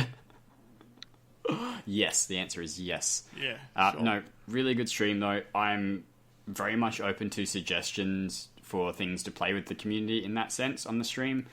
You know, whether it's I have Halo, so I can play Halo if people want, or I don't really. Rocket League. Yeah, well, Rocket League's the obvious one, but like Onrush is in Game Pass, and I think apparently they're playing with people is pretty fun. I have a bunch of Jackbox games we can do, that sort of thing. So I think I'll be doing it fortnightly, at sort of varying times. So maybe then it's Saturday night for UK and Saturday Arvo for US and Sunday morning for us. That's usually the sweet spot for games. You're going to be drinking beers in the morning. Jeez. that's keen. Always. Mate, it's Sunday never sesh. stop. Sunday sesh, man. Recovery. There's no such thing as too early on a Sunday. But I ended this week on 12,805 Gamerscore. Of course you did. It's just ridiculous, really. Unbelievable. I think honestly, I got most of that on like Monday. Of course you did. With the Rattle Like stuff. Seriously, I'm pretty sure most of it was Monday. Alright, well, that's a hard act to follow, Matt. Why don't you tell everyone what you've been playing, Oh, mate? yeah. Mr. Million Gamerscore over here. I'm going to have to show that up. Great. So Chin's catching you up, yeah, mate. I know. This is why you need to pull him into more Rocket League games. I've been secretly rooting for that to happen, so he stops playing other Ratalaika games. So I've been playing a bit of Battleship, everyone's favorite Hasbro game. Is that on the one? Yes. Oh, that's an awful. Yes. Is it Monopoly a Hasbro game? Yes. Yeah. It's a Monopoly, Boggle, all that Risk, all that sort of stuff. They're all Hasbro games, I think. Scrabble. Yeah. Pandemic. Wait, really? Oh, No. The new one. The new one, the Pandemic, the game. Yeah, you had me there for a second. I was like, yeah, Monopoly's about, crushing everyone and making everyone feel terrible and making everyone bankrupt. The Pandemic's not really that far off that. So I was playing through Battleship. That game is awful. Really. I mean, yeah. like actual Battleship is not a great game to begin with, but putting in like abilities and like weird turn order stuff. I mean, like I guess if you were playing it just local, it would probably be okay. But I mean, it's just a massive RNG nightmare, to be honest. Especially if you're doing through the campaign, which is 30 levels long for no reason. I don't understand how you can get 30 levels worth of content out of Battleship. How long does a level last? Well, it's a full game of Battleship, so you have to sink all 5 of their ships. So, I mean, it's 10 to 15 minutes probably if Yeah. you don't get unlucky and they get good power-ups and hit you in the right spots and Yeah, you lose. Pretty much, yeah. Or unless you're playing Mission 24, where they get double the amount of resources that you do, and so they just beat you up against the ropes for an hour and a half before you finally just luck your way through it. Yeah, so I don't know why they Sounds thought. like one of those levels in Acorn Assault. Acorn Assault. Is that an indie game? The one Yeah. where you're the squirrel going against the king squirrel, and there's just one of those. They just have special abilities that just wreck you every time until, like you said, you just luck out where they wreck themselves. Yeah, That's how I got Using the through wrong them. thing. Yeah. So I'm saying, and the funny thing is that the missions after 24, like, they get progressively easier after that. So the difficulty ramps up and then just drops down, like, as if a way of just saying, hey, you beat the hardest level, we'll just make the rest of the game easy. But yeah, it's just the same thing over and over again. You always put your ships in the same place. There's a walkthrough for it, which I think is hilarious, but it's there. So yeah, got through that. Ratios on that, not too bad either. Doing a bit of Darkness 2 Japan boosting. I really miss Starbreeze. Like I talked about it, I think last time I was on, where we were talking about Darkness 2 just as a game itself. It is a really, really good game. It's rough around the edges, but there's so much good stuff in there. 100% agree with you, man. Yeah. So, yeah, and I mean, So, like, I mean, I like both the games, to be honest. They're different in different ways. Like, the original is a bit more, I don't know, quote unquote, realistic or gritty, whereas the second one's a bit more comic booky. Yeah, gritty. Yeah, it's very gritty and like drab. Not drab, but like it kind of places you in a bleak city. Yeah, it's like where all this bad stuff's happening. It's like grungy, like in a way that like it really captures New York in a way that you don't normally see. It's like it's kind of a very interesting piece of its time. I thought Darkness Japan because I was about to say, how does Darkness 2 multiplayer work? Wasn't that like so a time crisis game? Sorry, original Darkness Japan. Sorry, second time I'm playing it, obviously, because I've done the original. Yeah. But yeah, so that turned into a time crisis game where you just like it. Didn't it? No, not quite. But it was just arena fights over and over for the multiplayer. Yeah. Oh yeah, that's right. The guy with the sword. Become the Don. Yeah. So after all that talk about how great the atmosphere and the game itself is, I did none of that. I was just playing the tactile multiplayer over and over again to try and get 250 wins. It's so bad. It's so bad. It comes from that time where every game felt like they had to have a multiplayer mode just thrown in there for some reason or another, right? The Dead Space 2 had a multiplayer for some reason. Prey had a Assassin's Creed game. Oh yeah, that's true. Yeah. It was interesting. I mean, BioShock 2 is another example of something that just had a multiplayer in it for no real reason. I mean, whatever.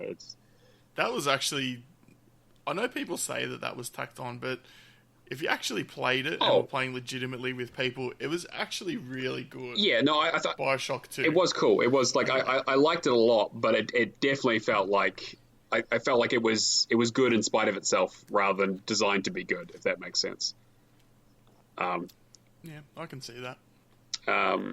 So I need to finish that up at some stage, but I'll get there. Speaking of Japanese games, Gears of War 2 Japan, doing some more Horde. I think we got through 3 of the 24 maps that you have to do to get 50 waves on. So enjoying that, and by enjoying I mean. Have you finished English? Yep. Or international version? Yeah, I did the regular version. English.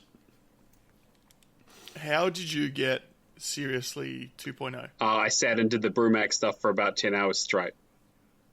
Oh, you did it for real? Oh, of course I did, because I didn't have a Cronus or anything back then, so it was just, I just sat there and I watched Netflix on my laptop, and I just ran the same thing for about 10 hours straight till I got it done.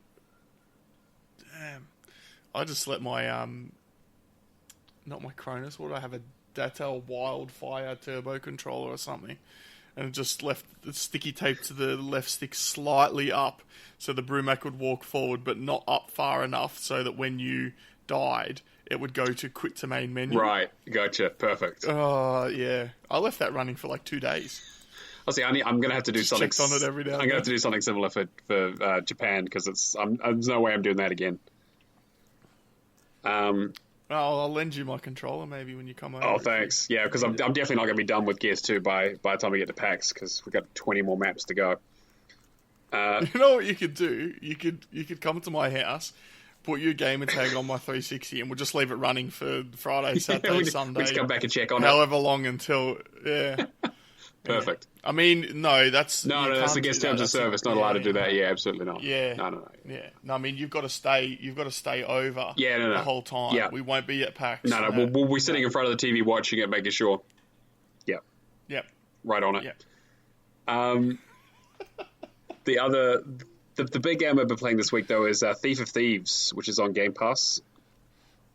Thanks to Planting42 for writing half the guides for it. Yeah, he's been playing it a bit. Yeah, it's a really good game. It definitely has its problems. You can tell it was made on a bit of a budget. The actual playing the game is a little bit. The AI tends to get stuck indoors or do things that aren't quite what you'd expect and that sort of stuff. But overall, it plays well enough for me to actually be interested in the story and the mechanics. I wasn't quite sure what I was getting into when I started it, but it was actually really good. So it's basically, if you've played Alpha Protocol, it kind of reminds me of that in a way. Obviously less shooting, more sort of sneaking, but it's basically a sort of fixed camera stealth game where you're essentially hiding in crowds, trying to sneak by guards, pickpocketing, wearing disguises. It's kind of, it also kind of reminds me of Hitman, I guess, with less killing. And the story's all told through these sort of, nicely drawn comic book, and it has a really nice art style. I was a little bit worried because obviously the achievements are all in weird increments of 18 for the most part. And the guides there wasn't like a distinctive walkthrough for it, because a lot of especially towards the third and fourth volume, you have to do a lot of reloading of previous chapters and going through doing different choices to lead on to knock-on effects of what happens later on. But if you look in the forums, there's actually a really good sort of roadmap that'll run you through it. And on the plus side, so many people have started in Game Pass that it's got a 3.5 ratio for a game that's like maybe 8 hours long. So it's well worth the investment.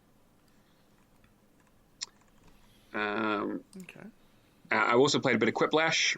I was playing through with Chin on the stream, convinced me that I should probably load it up and take me an hour to get through it. I mean, even though I was playing with eight accounts of myself, that didn't stop me from making jokes and picking my funniest joke that I thought was the funniest. I think, honestly, you'd probably be the first person to have actually done that. Oh, yeah, I mean, I'm going to think of 2 jokes to this, and hopefully I'll remember which one was the good. I'll decide which one was better later. Well, I got my girlfriend to sign up on her account to play the audience, so she could just disagree with me on every joke that she thought was not funny at all. So that meant that I was definitely right. If she didn't think it was funny, then it's got to be funny. That's funny. So when I did it, there was one answer that was yes or pick this one, and everything else was no. Yeah. So I like your way better, but jeez, okay. I had to make some fun out of it. And then last night I started up the free-to-play Hawken game that I did some boosting with Chen. And then I started the Capcom Beat 'em Up bundle, but I'm just sort of playing through that. It's pretty easy. So I ended up with 3,480 this week. That sounds pretty good. Well, I only put a few games in here. I haven't really played more than 5 or 10 minutes in any other games this week. So I started with Boss 101, and if you're thinking, why does that sound familiar? It's because, yes, that is the game that Donley Time gave out to pretty much everyone who wanted it, leaving no paying customers to buy it. I would actually like to see the amount of people who've played that game versus the amount they sold. But anyway, fortunately, the game is actually really good. The story is like it's a boss rush game where you can kind of pick which weapons you want to take into the boss fight, and you can pick the boss that you go up against. And it's just every level you do the same kind of thing. So even though you're fighting a boss every level, it's always a bit different for the weapons that they come at you with and the things that they're strong and weak against. So it's pretty fun. You can just select, like you can keep randomizing that boss till you get a boss that is in your favor. Yeah, and that's what I do. Yeah. And then eventually your base weapon just becomes the strongest thing, and it doesn't matter what they're resistant to because you just take them down with that. Yeah, I figured that buying the top level base weapon and then upgrading all the damage would be the way to go. So I'm buying all the other guns before I do that. I'm probably going to shoot myself in the foot later in the game, but anyway. I think it's as far as I'm aware, every time you upgrade a gun, your base gun also gets upgraded until it hits its max level, which I think is 9 or 10. Oh. Yeah, there's a damage bar, a damage upgrade bar. You can upgrade that. I think it's about 10 or 12 times. But you can also buy like level 1, level 2, and level 3 of almost all the guns. But they have, it's a game about fighting bosses on and on. They've put some story in between it, and it's interesting. It's amusing, I think, is probably the right word for it. So I've had a lot of fun with it so far. I just finished level 10. I think there's 31 levels. So Not 101. No. How preposterous is that? Yeah, I know. I'm glad there's not, because that'd take a really long time. 31. I think 31's the last guy. Okay. Anyway, so it's actually a pretty good game. It seems like it's one of those kind of mid-length indie games, around 10, 12, 15 hours, something like that. So if you didn't manage to get a code for it, you should get onto it. I think once you get your main weapon a bit better, you'll start getting through it a lot quicker. And so the estimate on TA is 6 to 8 hours. I did it in 4. I don't know how I did it in 4, but I did it way quicker than... I guess I just got lucky with some of my boss fights or something. I don't know. But it's... Yeah, once you get to, the midway point, it just rapidly gets quicker from there. Well, I got like $7 million for beating the level 10 boss. And I think the upgrades are at about 500,000 at the moment, so I could probably max out the damage at this point for that. So I haven't spent any of that $7 or $8 million, however much it was. So maybe I'll check that out next time I get it drawn in the random to-do list. I did pick that up actually. I should definitely start that next week. It sounds great. It's a charming little game. Yeah, it's a lot of fun, and even though it's an indie game, from what I've seen, it just works, and I think that bears mentioning For sure. I played before that. Sorry, if you are going to play it, there is an achievement for beating the bosses like par time. The way around having to actually be good at the game is there is a hat you can wear, which is essentially a clock, and that gets rid of that par time. So you can just other hats will give you damage boosts for certain weapons and stuff, but the game's reasonably easy enough. You can just put this hat on and beat every boss, and that part-time requirement is gone, and you'll get the achievement. Perfect. That's what I've been doing. Good to know. Yeah. I'll jump straight on there. Reading that when I started. Yeah, do it. All right, so Journey Down Chapter 2. If you haven't played the Journey Down, it's like a story point-and-click game, but there's these like bumbling idiots that you play as. Buana, his name is. Now, I've described him as a bumbling idiot, and he just is. He's just an idiot, and things just get lucky for him, and they just happen for him. I don't know why playing this game is enjoyable, but it is. So I played it with a guide, I was like 1 hour. It took me to finish it. I think that Buana, as idiotic as he is, he's kind of charming and amusing and entertaining. I really don't know why, because some of the stuff he says is just so stupid, and you're like, oh my god, you're taking on an evil corporation that, if with a blink of an eye, could just murder you and make you disappear, and you've somehow just taking them down, and you're an absolute idiot. It's just a fun story, It's the interactions between Buana and everyone else, I think, is what make that game. But so I played that one from pretty much to the finish, got all the achievements in that one. And I also played a Radlaika game this week called Siberian, the Time Traveling Warrior. I struggled with this a lot at the start. I'm used to playing it's a side-scrolling platforming game with some kind of combat elements, and I'm used to, in those games, having mashing the button to get the combos done. But if you press the combo button too fast, you fall over, and you are literally gonna get attacked and lose a life. Oh, great! So you got to X, X, X. That's the speed at which you do the combo. If you go X, X, you fell on your ass, and now you lost a life because they attacked you and killed you.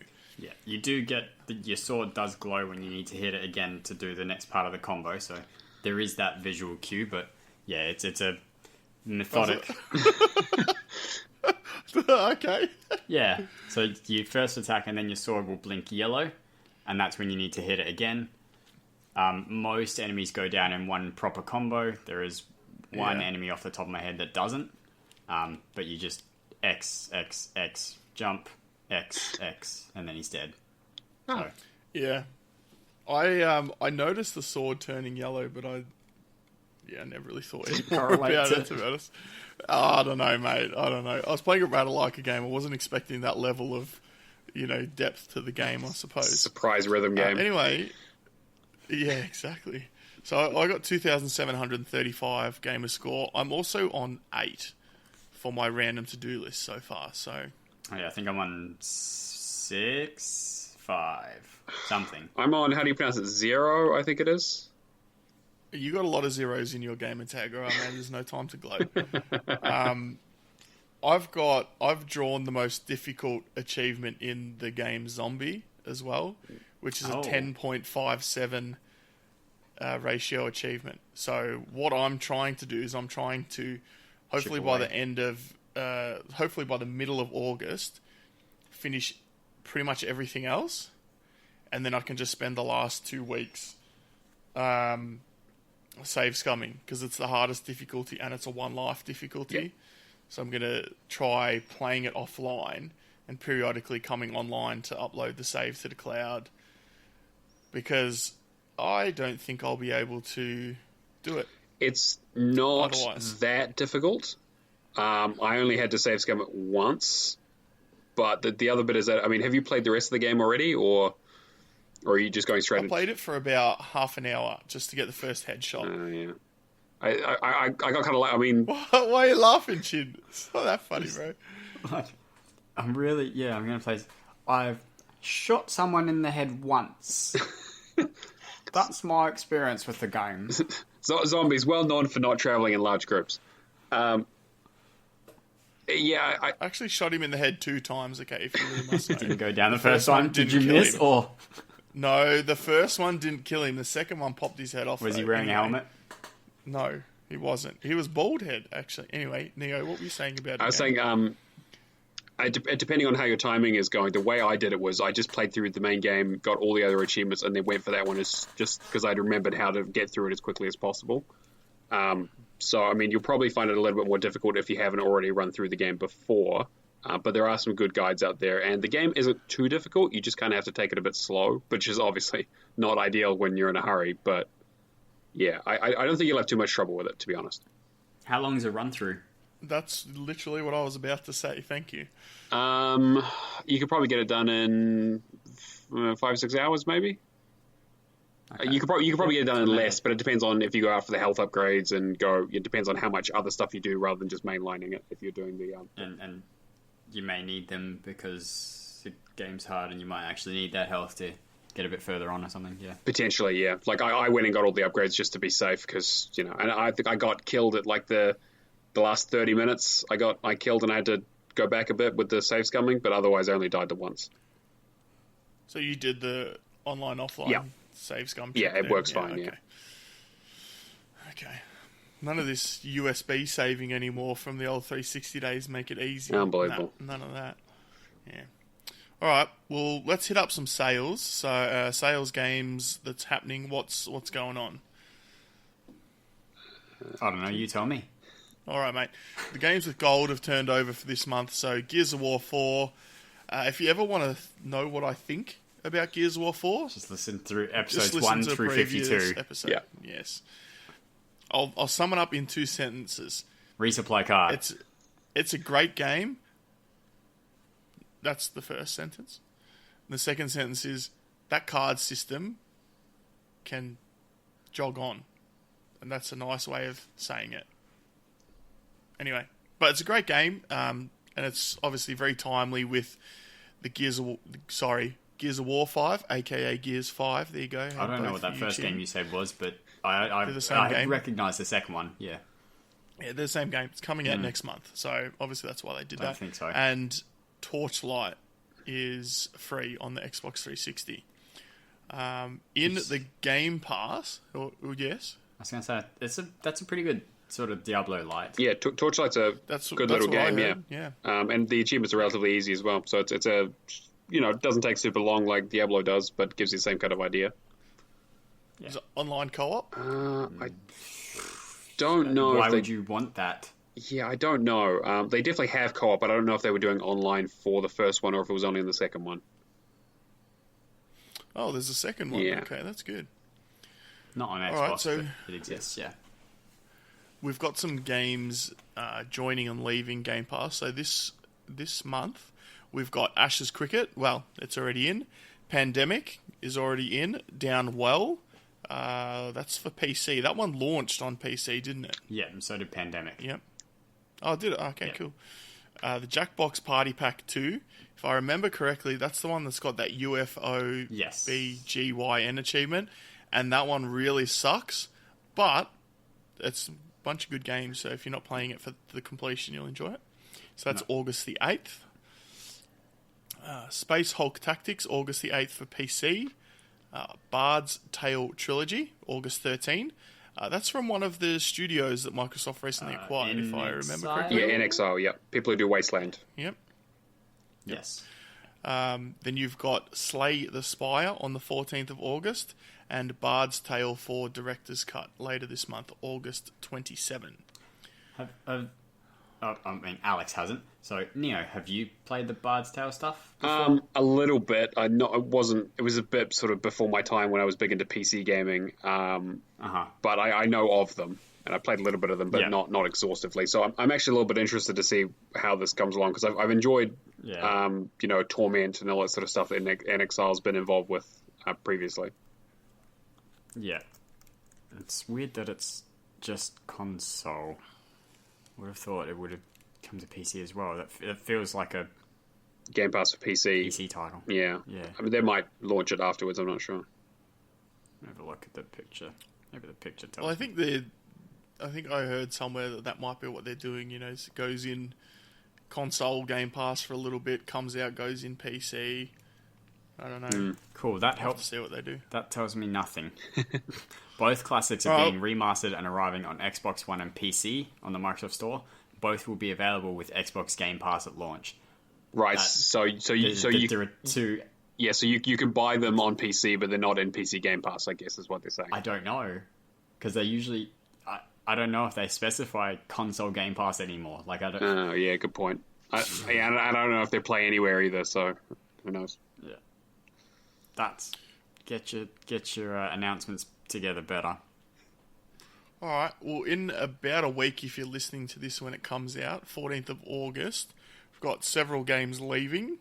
So we've got Castle Storm, Graveyard Keeper, Joe Danger 1 and 2, Monday Night Combat, N+, Spelunky, Toy Soldiers, and Toy Soldiers Cold War. So, out of all those games, the only one I've played is Toy Soldiers Cold War, and I got that on Games with Gold. So, yeah, you guys going to miss any of those games? Monday Night Combat's a nice easy completion, so get in there and do that.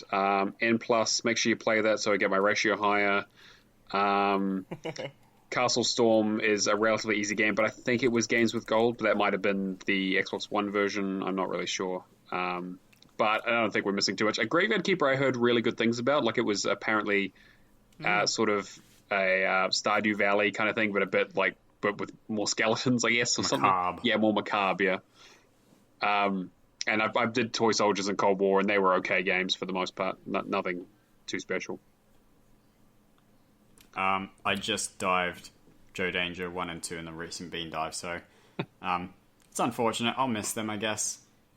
I mean, I wasn't planning on playing them anytime soon, so that's Game Pass for you. You win some, you lose some. Yeah, if you are coming into expecting all the games to last forever, then you're a damn fool. You're playing a Joe Dangerous game. Oh, mate. All right. So there's some games that have been relisted after being delisted. So Disney's Bolt got relisted, and Cars Mater National. Now, I've actually played Bolt, and it was surprisingly good for a movie tie-in game. Actually, quite enjoyed that one. But Cars? No, haven't got to the point where I need to play Cars yet. I've played Cars Made National. It's okay. It doesn't have unobtainables like Cars Racerama. Yeah. I was just about to say, is that the one with the unobtainable? Okay. Yeah, I've also done Cars Made yeah. National and Bolt.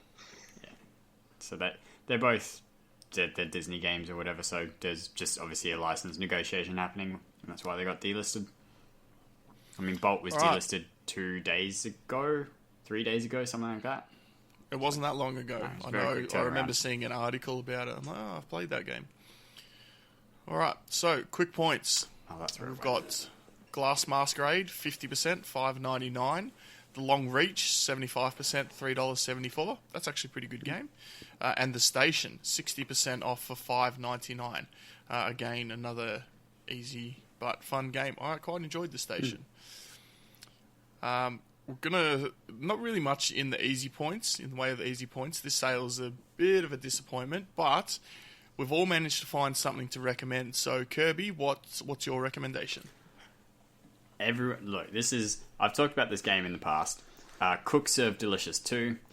It's 50% off. It's $6.49. It's a really, really good management type game in the sense that you are working at a grill or whatever, preparing food. Customer comes in with an order. It might be a certain type of burger. You need to fry the patty through a combination of buttons. And then through another combination of buttons, you need to build his burger and then serve it to him.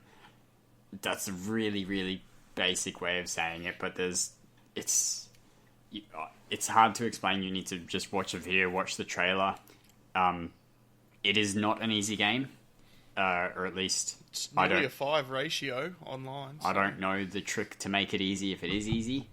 The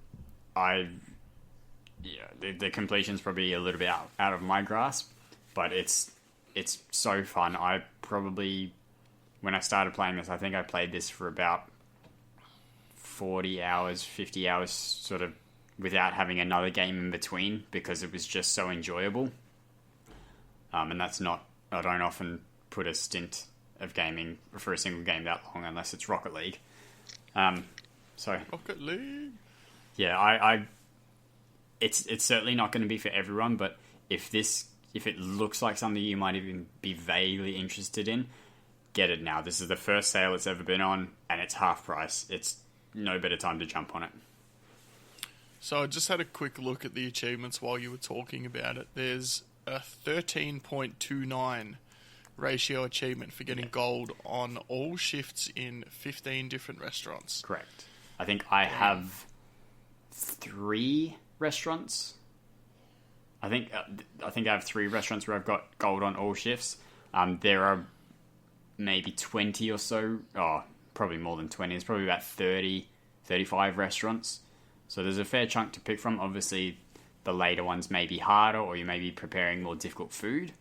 But it's a lot of memorization of knowing this food requires me to do this button combination or this series of inputs, and that gets it started or that serves it. It's a lot of that. So sort of unlocking lots of restaurants and then focusing on a single restaurant and doing all their shifts is probably the best way to go about it.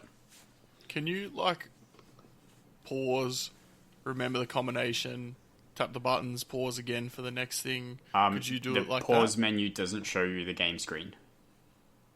So you can't look at it. I mean, if you've got some kind of recording software, you can take a sneaky look.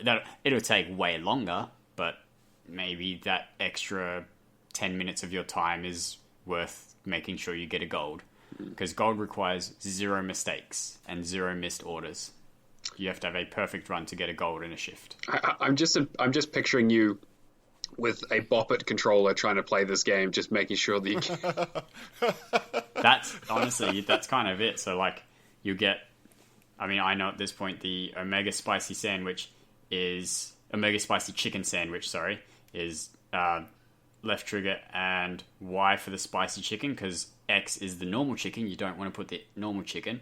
And an Omega is everything except a pickle, so then it's BA, right trigger, Y, you skip X because that's the pickle, and B for the top button. Because a deluxe is everything including the pickle, and a normal chicken sandwich is only a pickle and the top bun. So it's just like the chicken, pickle, and a top chicken. bun. Okay, all right. Yeah. Chicken, pickle, and a bun.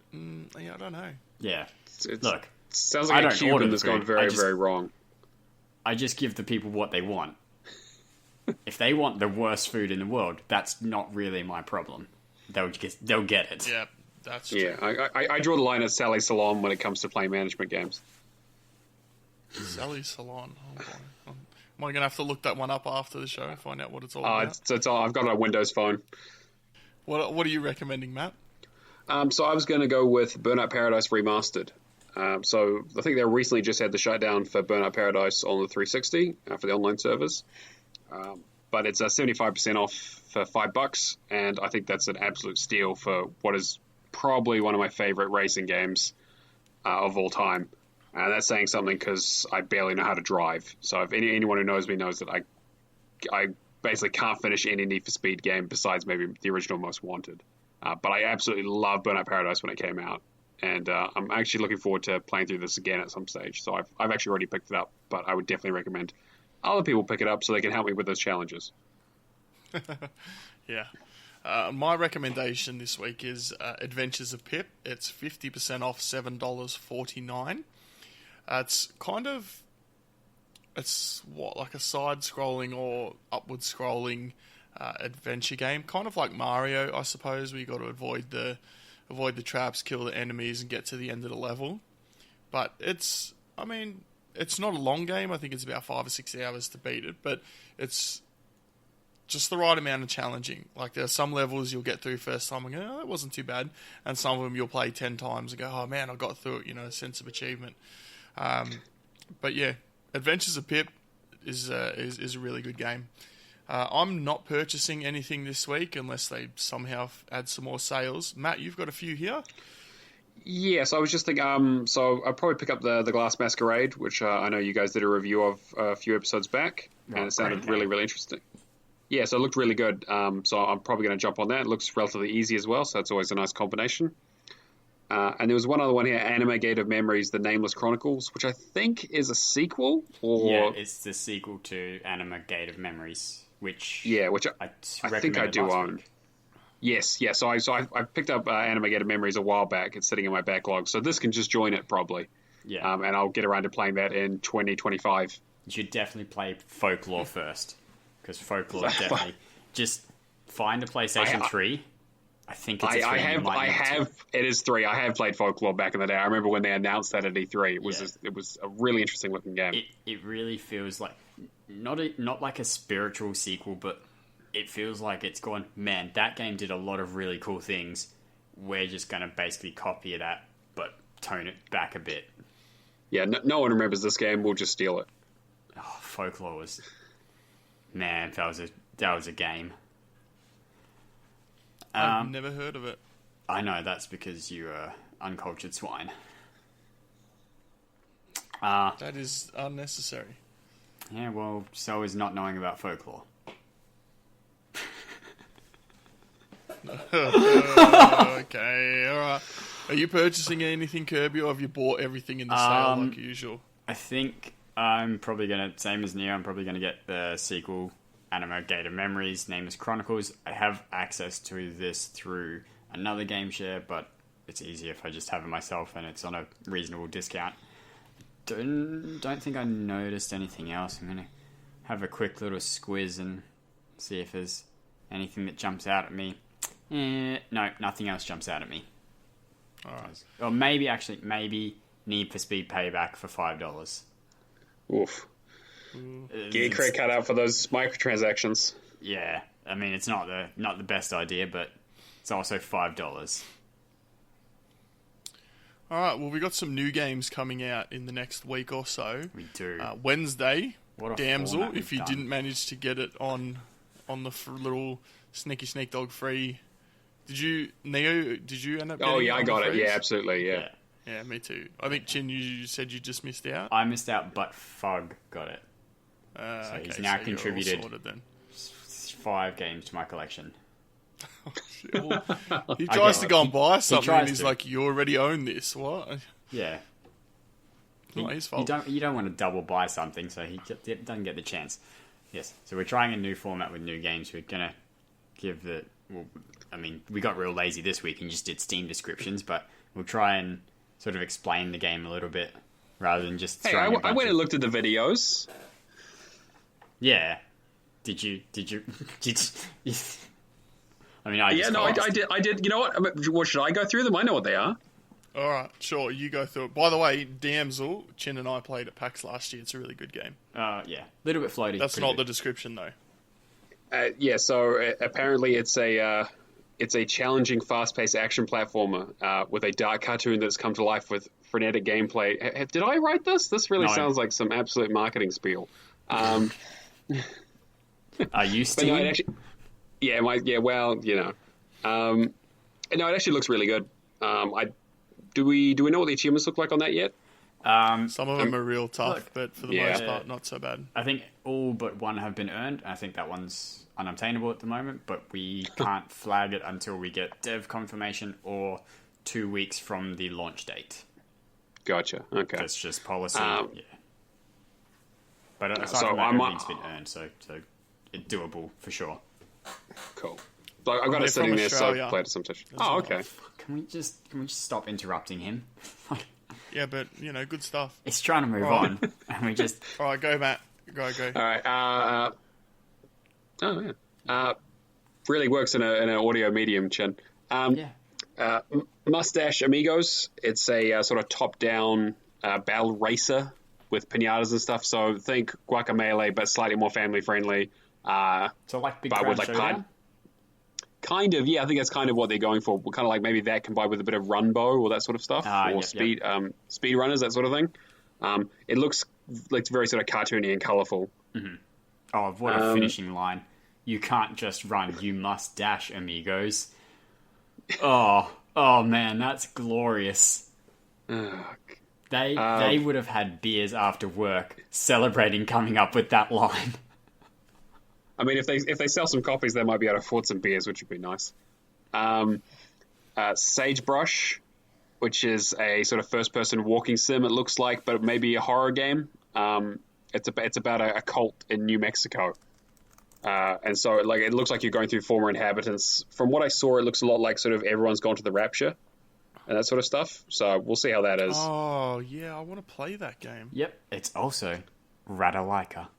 Yeah, I've been seeing them putting stuff on Twitter about that, right? Yeah. Yeah. So this is a very different kind of vibe from a Radalaika title. I guess maybe I haven't played My Big Sister yet, but that also kind of darkish vibes. That's a good game so far. My Big Sister, I've played it maybe a quarter of the way through, I think. Yeah. Oh yeah. I ate some ramen. Get it. That was it. Okay, so you've started the game. Okay, literally. Yep. Forbidden Arts. So this is a action platformer. Basically, it looks pretty generic, but might still be fun. I think it might have been a Kickstarter or early access game, originally on PC. But it looks alright. I mean, it's sort of side-scrolling, Metroidvania-esque, using magic and weapons and that sort of stuff. But yeah, we'll see how it goes. I'm not expecting anything too amazing. Thursday, we've got Subdivision Infinity DX, which is a spacecraft game. So it's essentially like a arcadey sort of flight sim, combat sim, with some amazing soundtrack to it. If you watch the video for it, it's got some great wub-wubs. I didn't know if you were being sarcastic or not. Cause... No, I'm 100% serious. It's got some really some real great music in the trailer. I'm hoping that's actually in the game as well because it looks pretty cool actually. Have you played Spencer?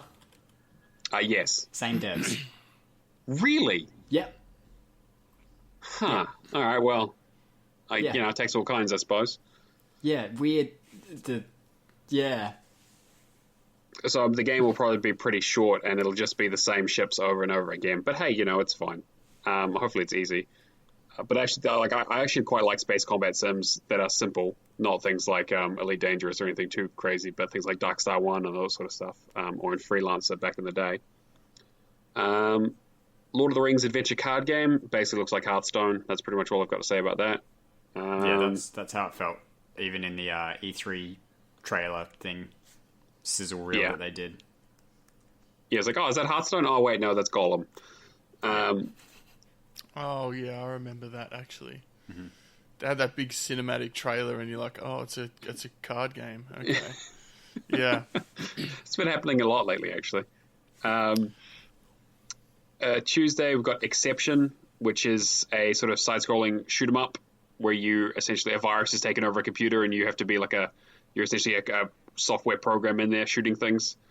It looks like kind of fun and like very colorful, a lot of like Tron lines and that sort of stuff. What everyone dreamed hacking would look like. Pretty much, yeah. Yeah. That sounds interesting. Yeah, I mean, it could be cool. I'm not expecting too much for it, but it looks like it does look like fun. There's Ancestors Legacy is the last one, so it's a real-time strategy based on like real-life medieval Europe history and like tactics and that sort of stuff. The description says it brings to life 4 different nations and their conflicts, usually solved by war. Sometimes by women. Yes, and sometimes that causes the war. Yeah. I mean, that looks okay. I mean, be interested to see. We don't see a lot of RTS on the consoles these days, so I'd be interested to see how that goes. I always think that I like RTS, and then I play one and realize how bad I am at them. Uh-huh. Yeah. I'm always like, man, come on and Conquer. Yeah, I definitely want to get into that. And then I play it for a bit. I'm like, oh man, I'm terrible at this. Yeah. This is awful. I'm just getting bodied. I just do not play them. I don't enjoy them, and I would be appalling at them. All right. Well, what's going on in the worlds of knobs and discos? Well, Scream Ride, that game we all know and love, has had the servers on the Xbox One version taken down, or they've gone down a while ago. So the 5 sort of online community-based achievements are now discontinued. Think of things like sharing a map or downloading a map, those sorts of things. They're unfortunately gone. Streets of Rogue has had one of its 2 unobtainables patched. The Adapting to City Life achievement for completing any floor is now obtainable. It still does have one It still has one unobtainable, so if you were waiting for that to be completable, don't jump on it just yet. And that's it for there was a 7-year-old game that got an unobtainable, but I don't think that really matters. I think 7-year-old game? Yeah, a rugby league something. Right. 1 second. Rugby League Live 2 World Cup Edition. The achievement for winning an NRL or Super League premiership is unobtainable. But that game was released. Do you play the rugby games, Matt? I haven't actually. I probably should have, because I mean, New Zealand does have the best rugby team, so that would make sense. It has a rugby team, yes, that's correct. Continue. Yeah, technically, yes. But no, I haven't actually. But I mean, I'm not super into sports games, mainly because I'm terrible at sports. So why would I play a video game version of something I'm bad at? But then again, I'm bad at driving too, so I suppose that's probably not a good excuse. Yeah, that's okay.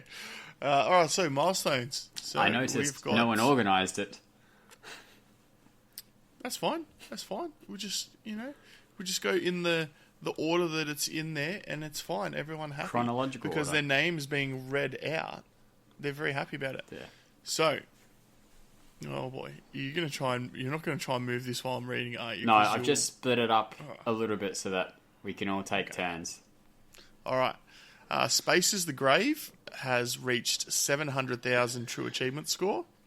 Nerve Bullet, 8,000 achievements won. Angel SK, 13,000 achievements won. Freemhole has completed 200 games. Tropan has completed 300 games. Ghost World has earned 17,000 achievements. And ChinDocta has earned 23,000 achievements. Yep. Mad-Eye Pad-Eye has reached 700,000 Gamerscore. Marky Bihoy 89 has reached 200 completed games. Prue is currently on a 1,250 day achievement win streak. Cavaliers 07 has reached both 11,000 achievements won and 100 completed games, so good on him. Shadowless Edge reached a new milestone of 300,000 Gamerscore on the nose. Woo. Yeah. I don't know. Yep, no, I believe it was on the news. I was talking to him when he got it. It was in a racing game because he loves those full. Yeah, That's good. It counts if you do it on the nose. yeah. I reminded him. Yeah, I can't Thank remember you. what it was now. It was something appropriate, but God knows if I cared. I love you, buddy. Oh, he'll be dark about that. No, he won't. He has no shadow.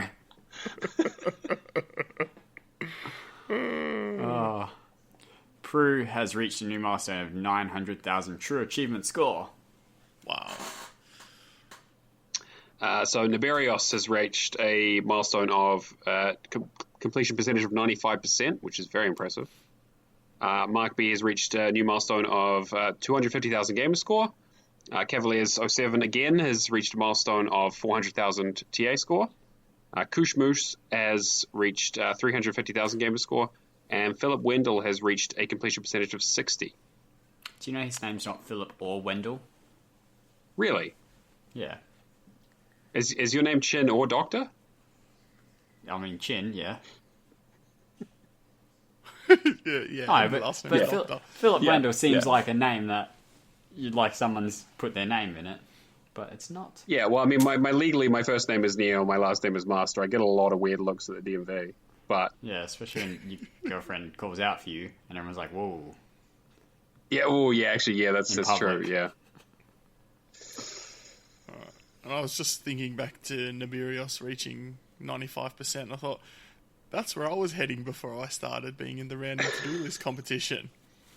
I'm down at 90.2. I am at like 62, half I that. guess. Oh, less than No. half. 43.8%. Oh, that's brutal, mate. I am at... Where am I at? 92.0. But that's Alex, with all DLC included. Can you check your ratio?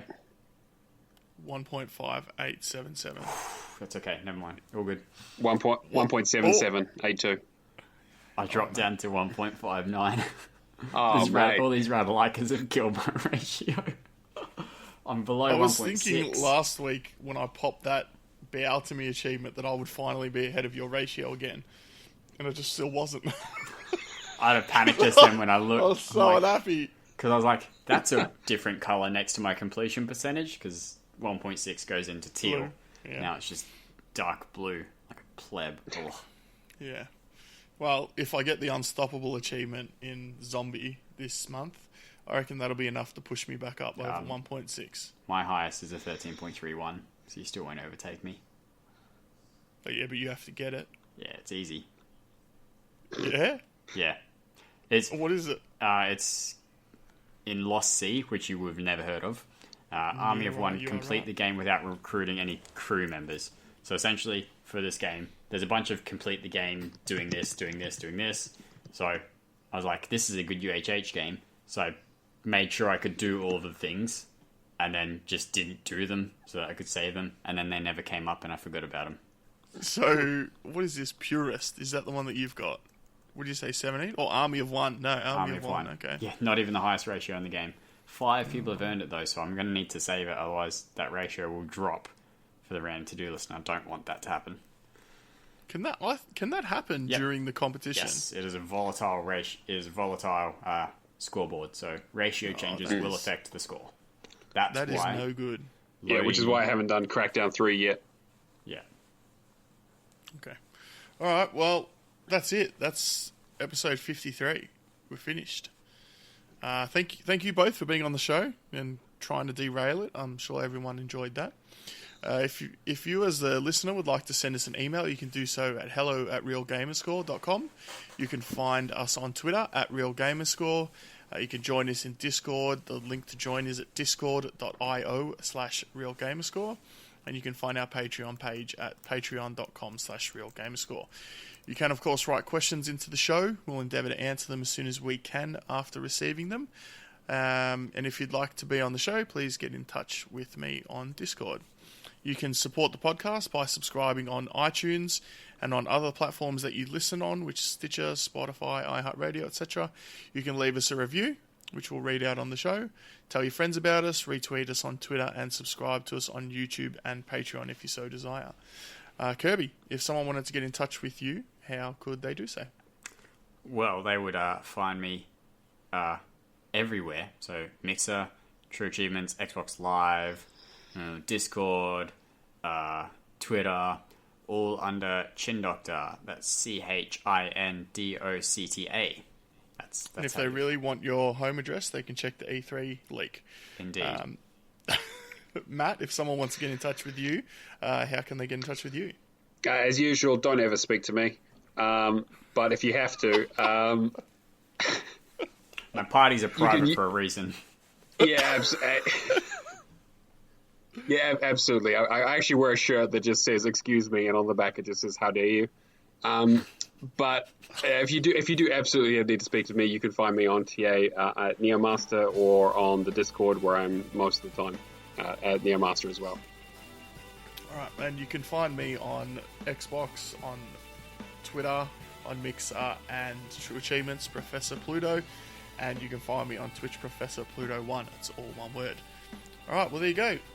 First episode of the new season. I reckon we've done pretty good there, guys. Well, we'll close it out there, and we'll see everyone in the next episode. Thanks for listening. Bye, guys. Bye.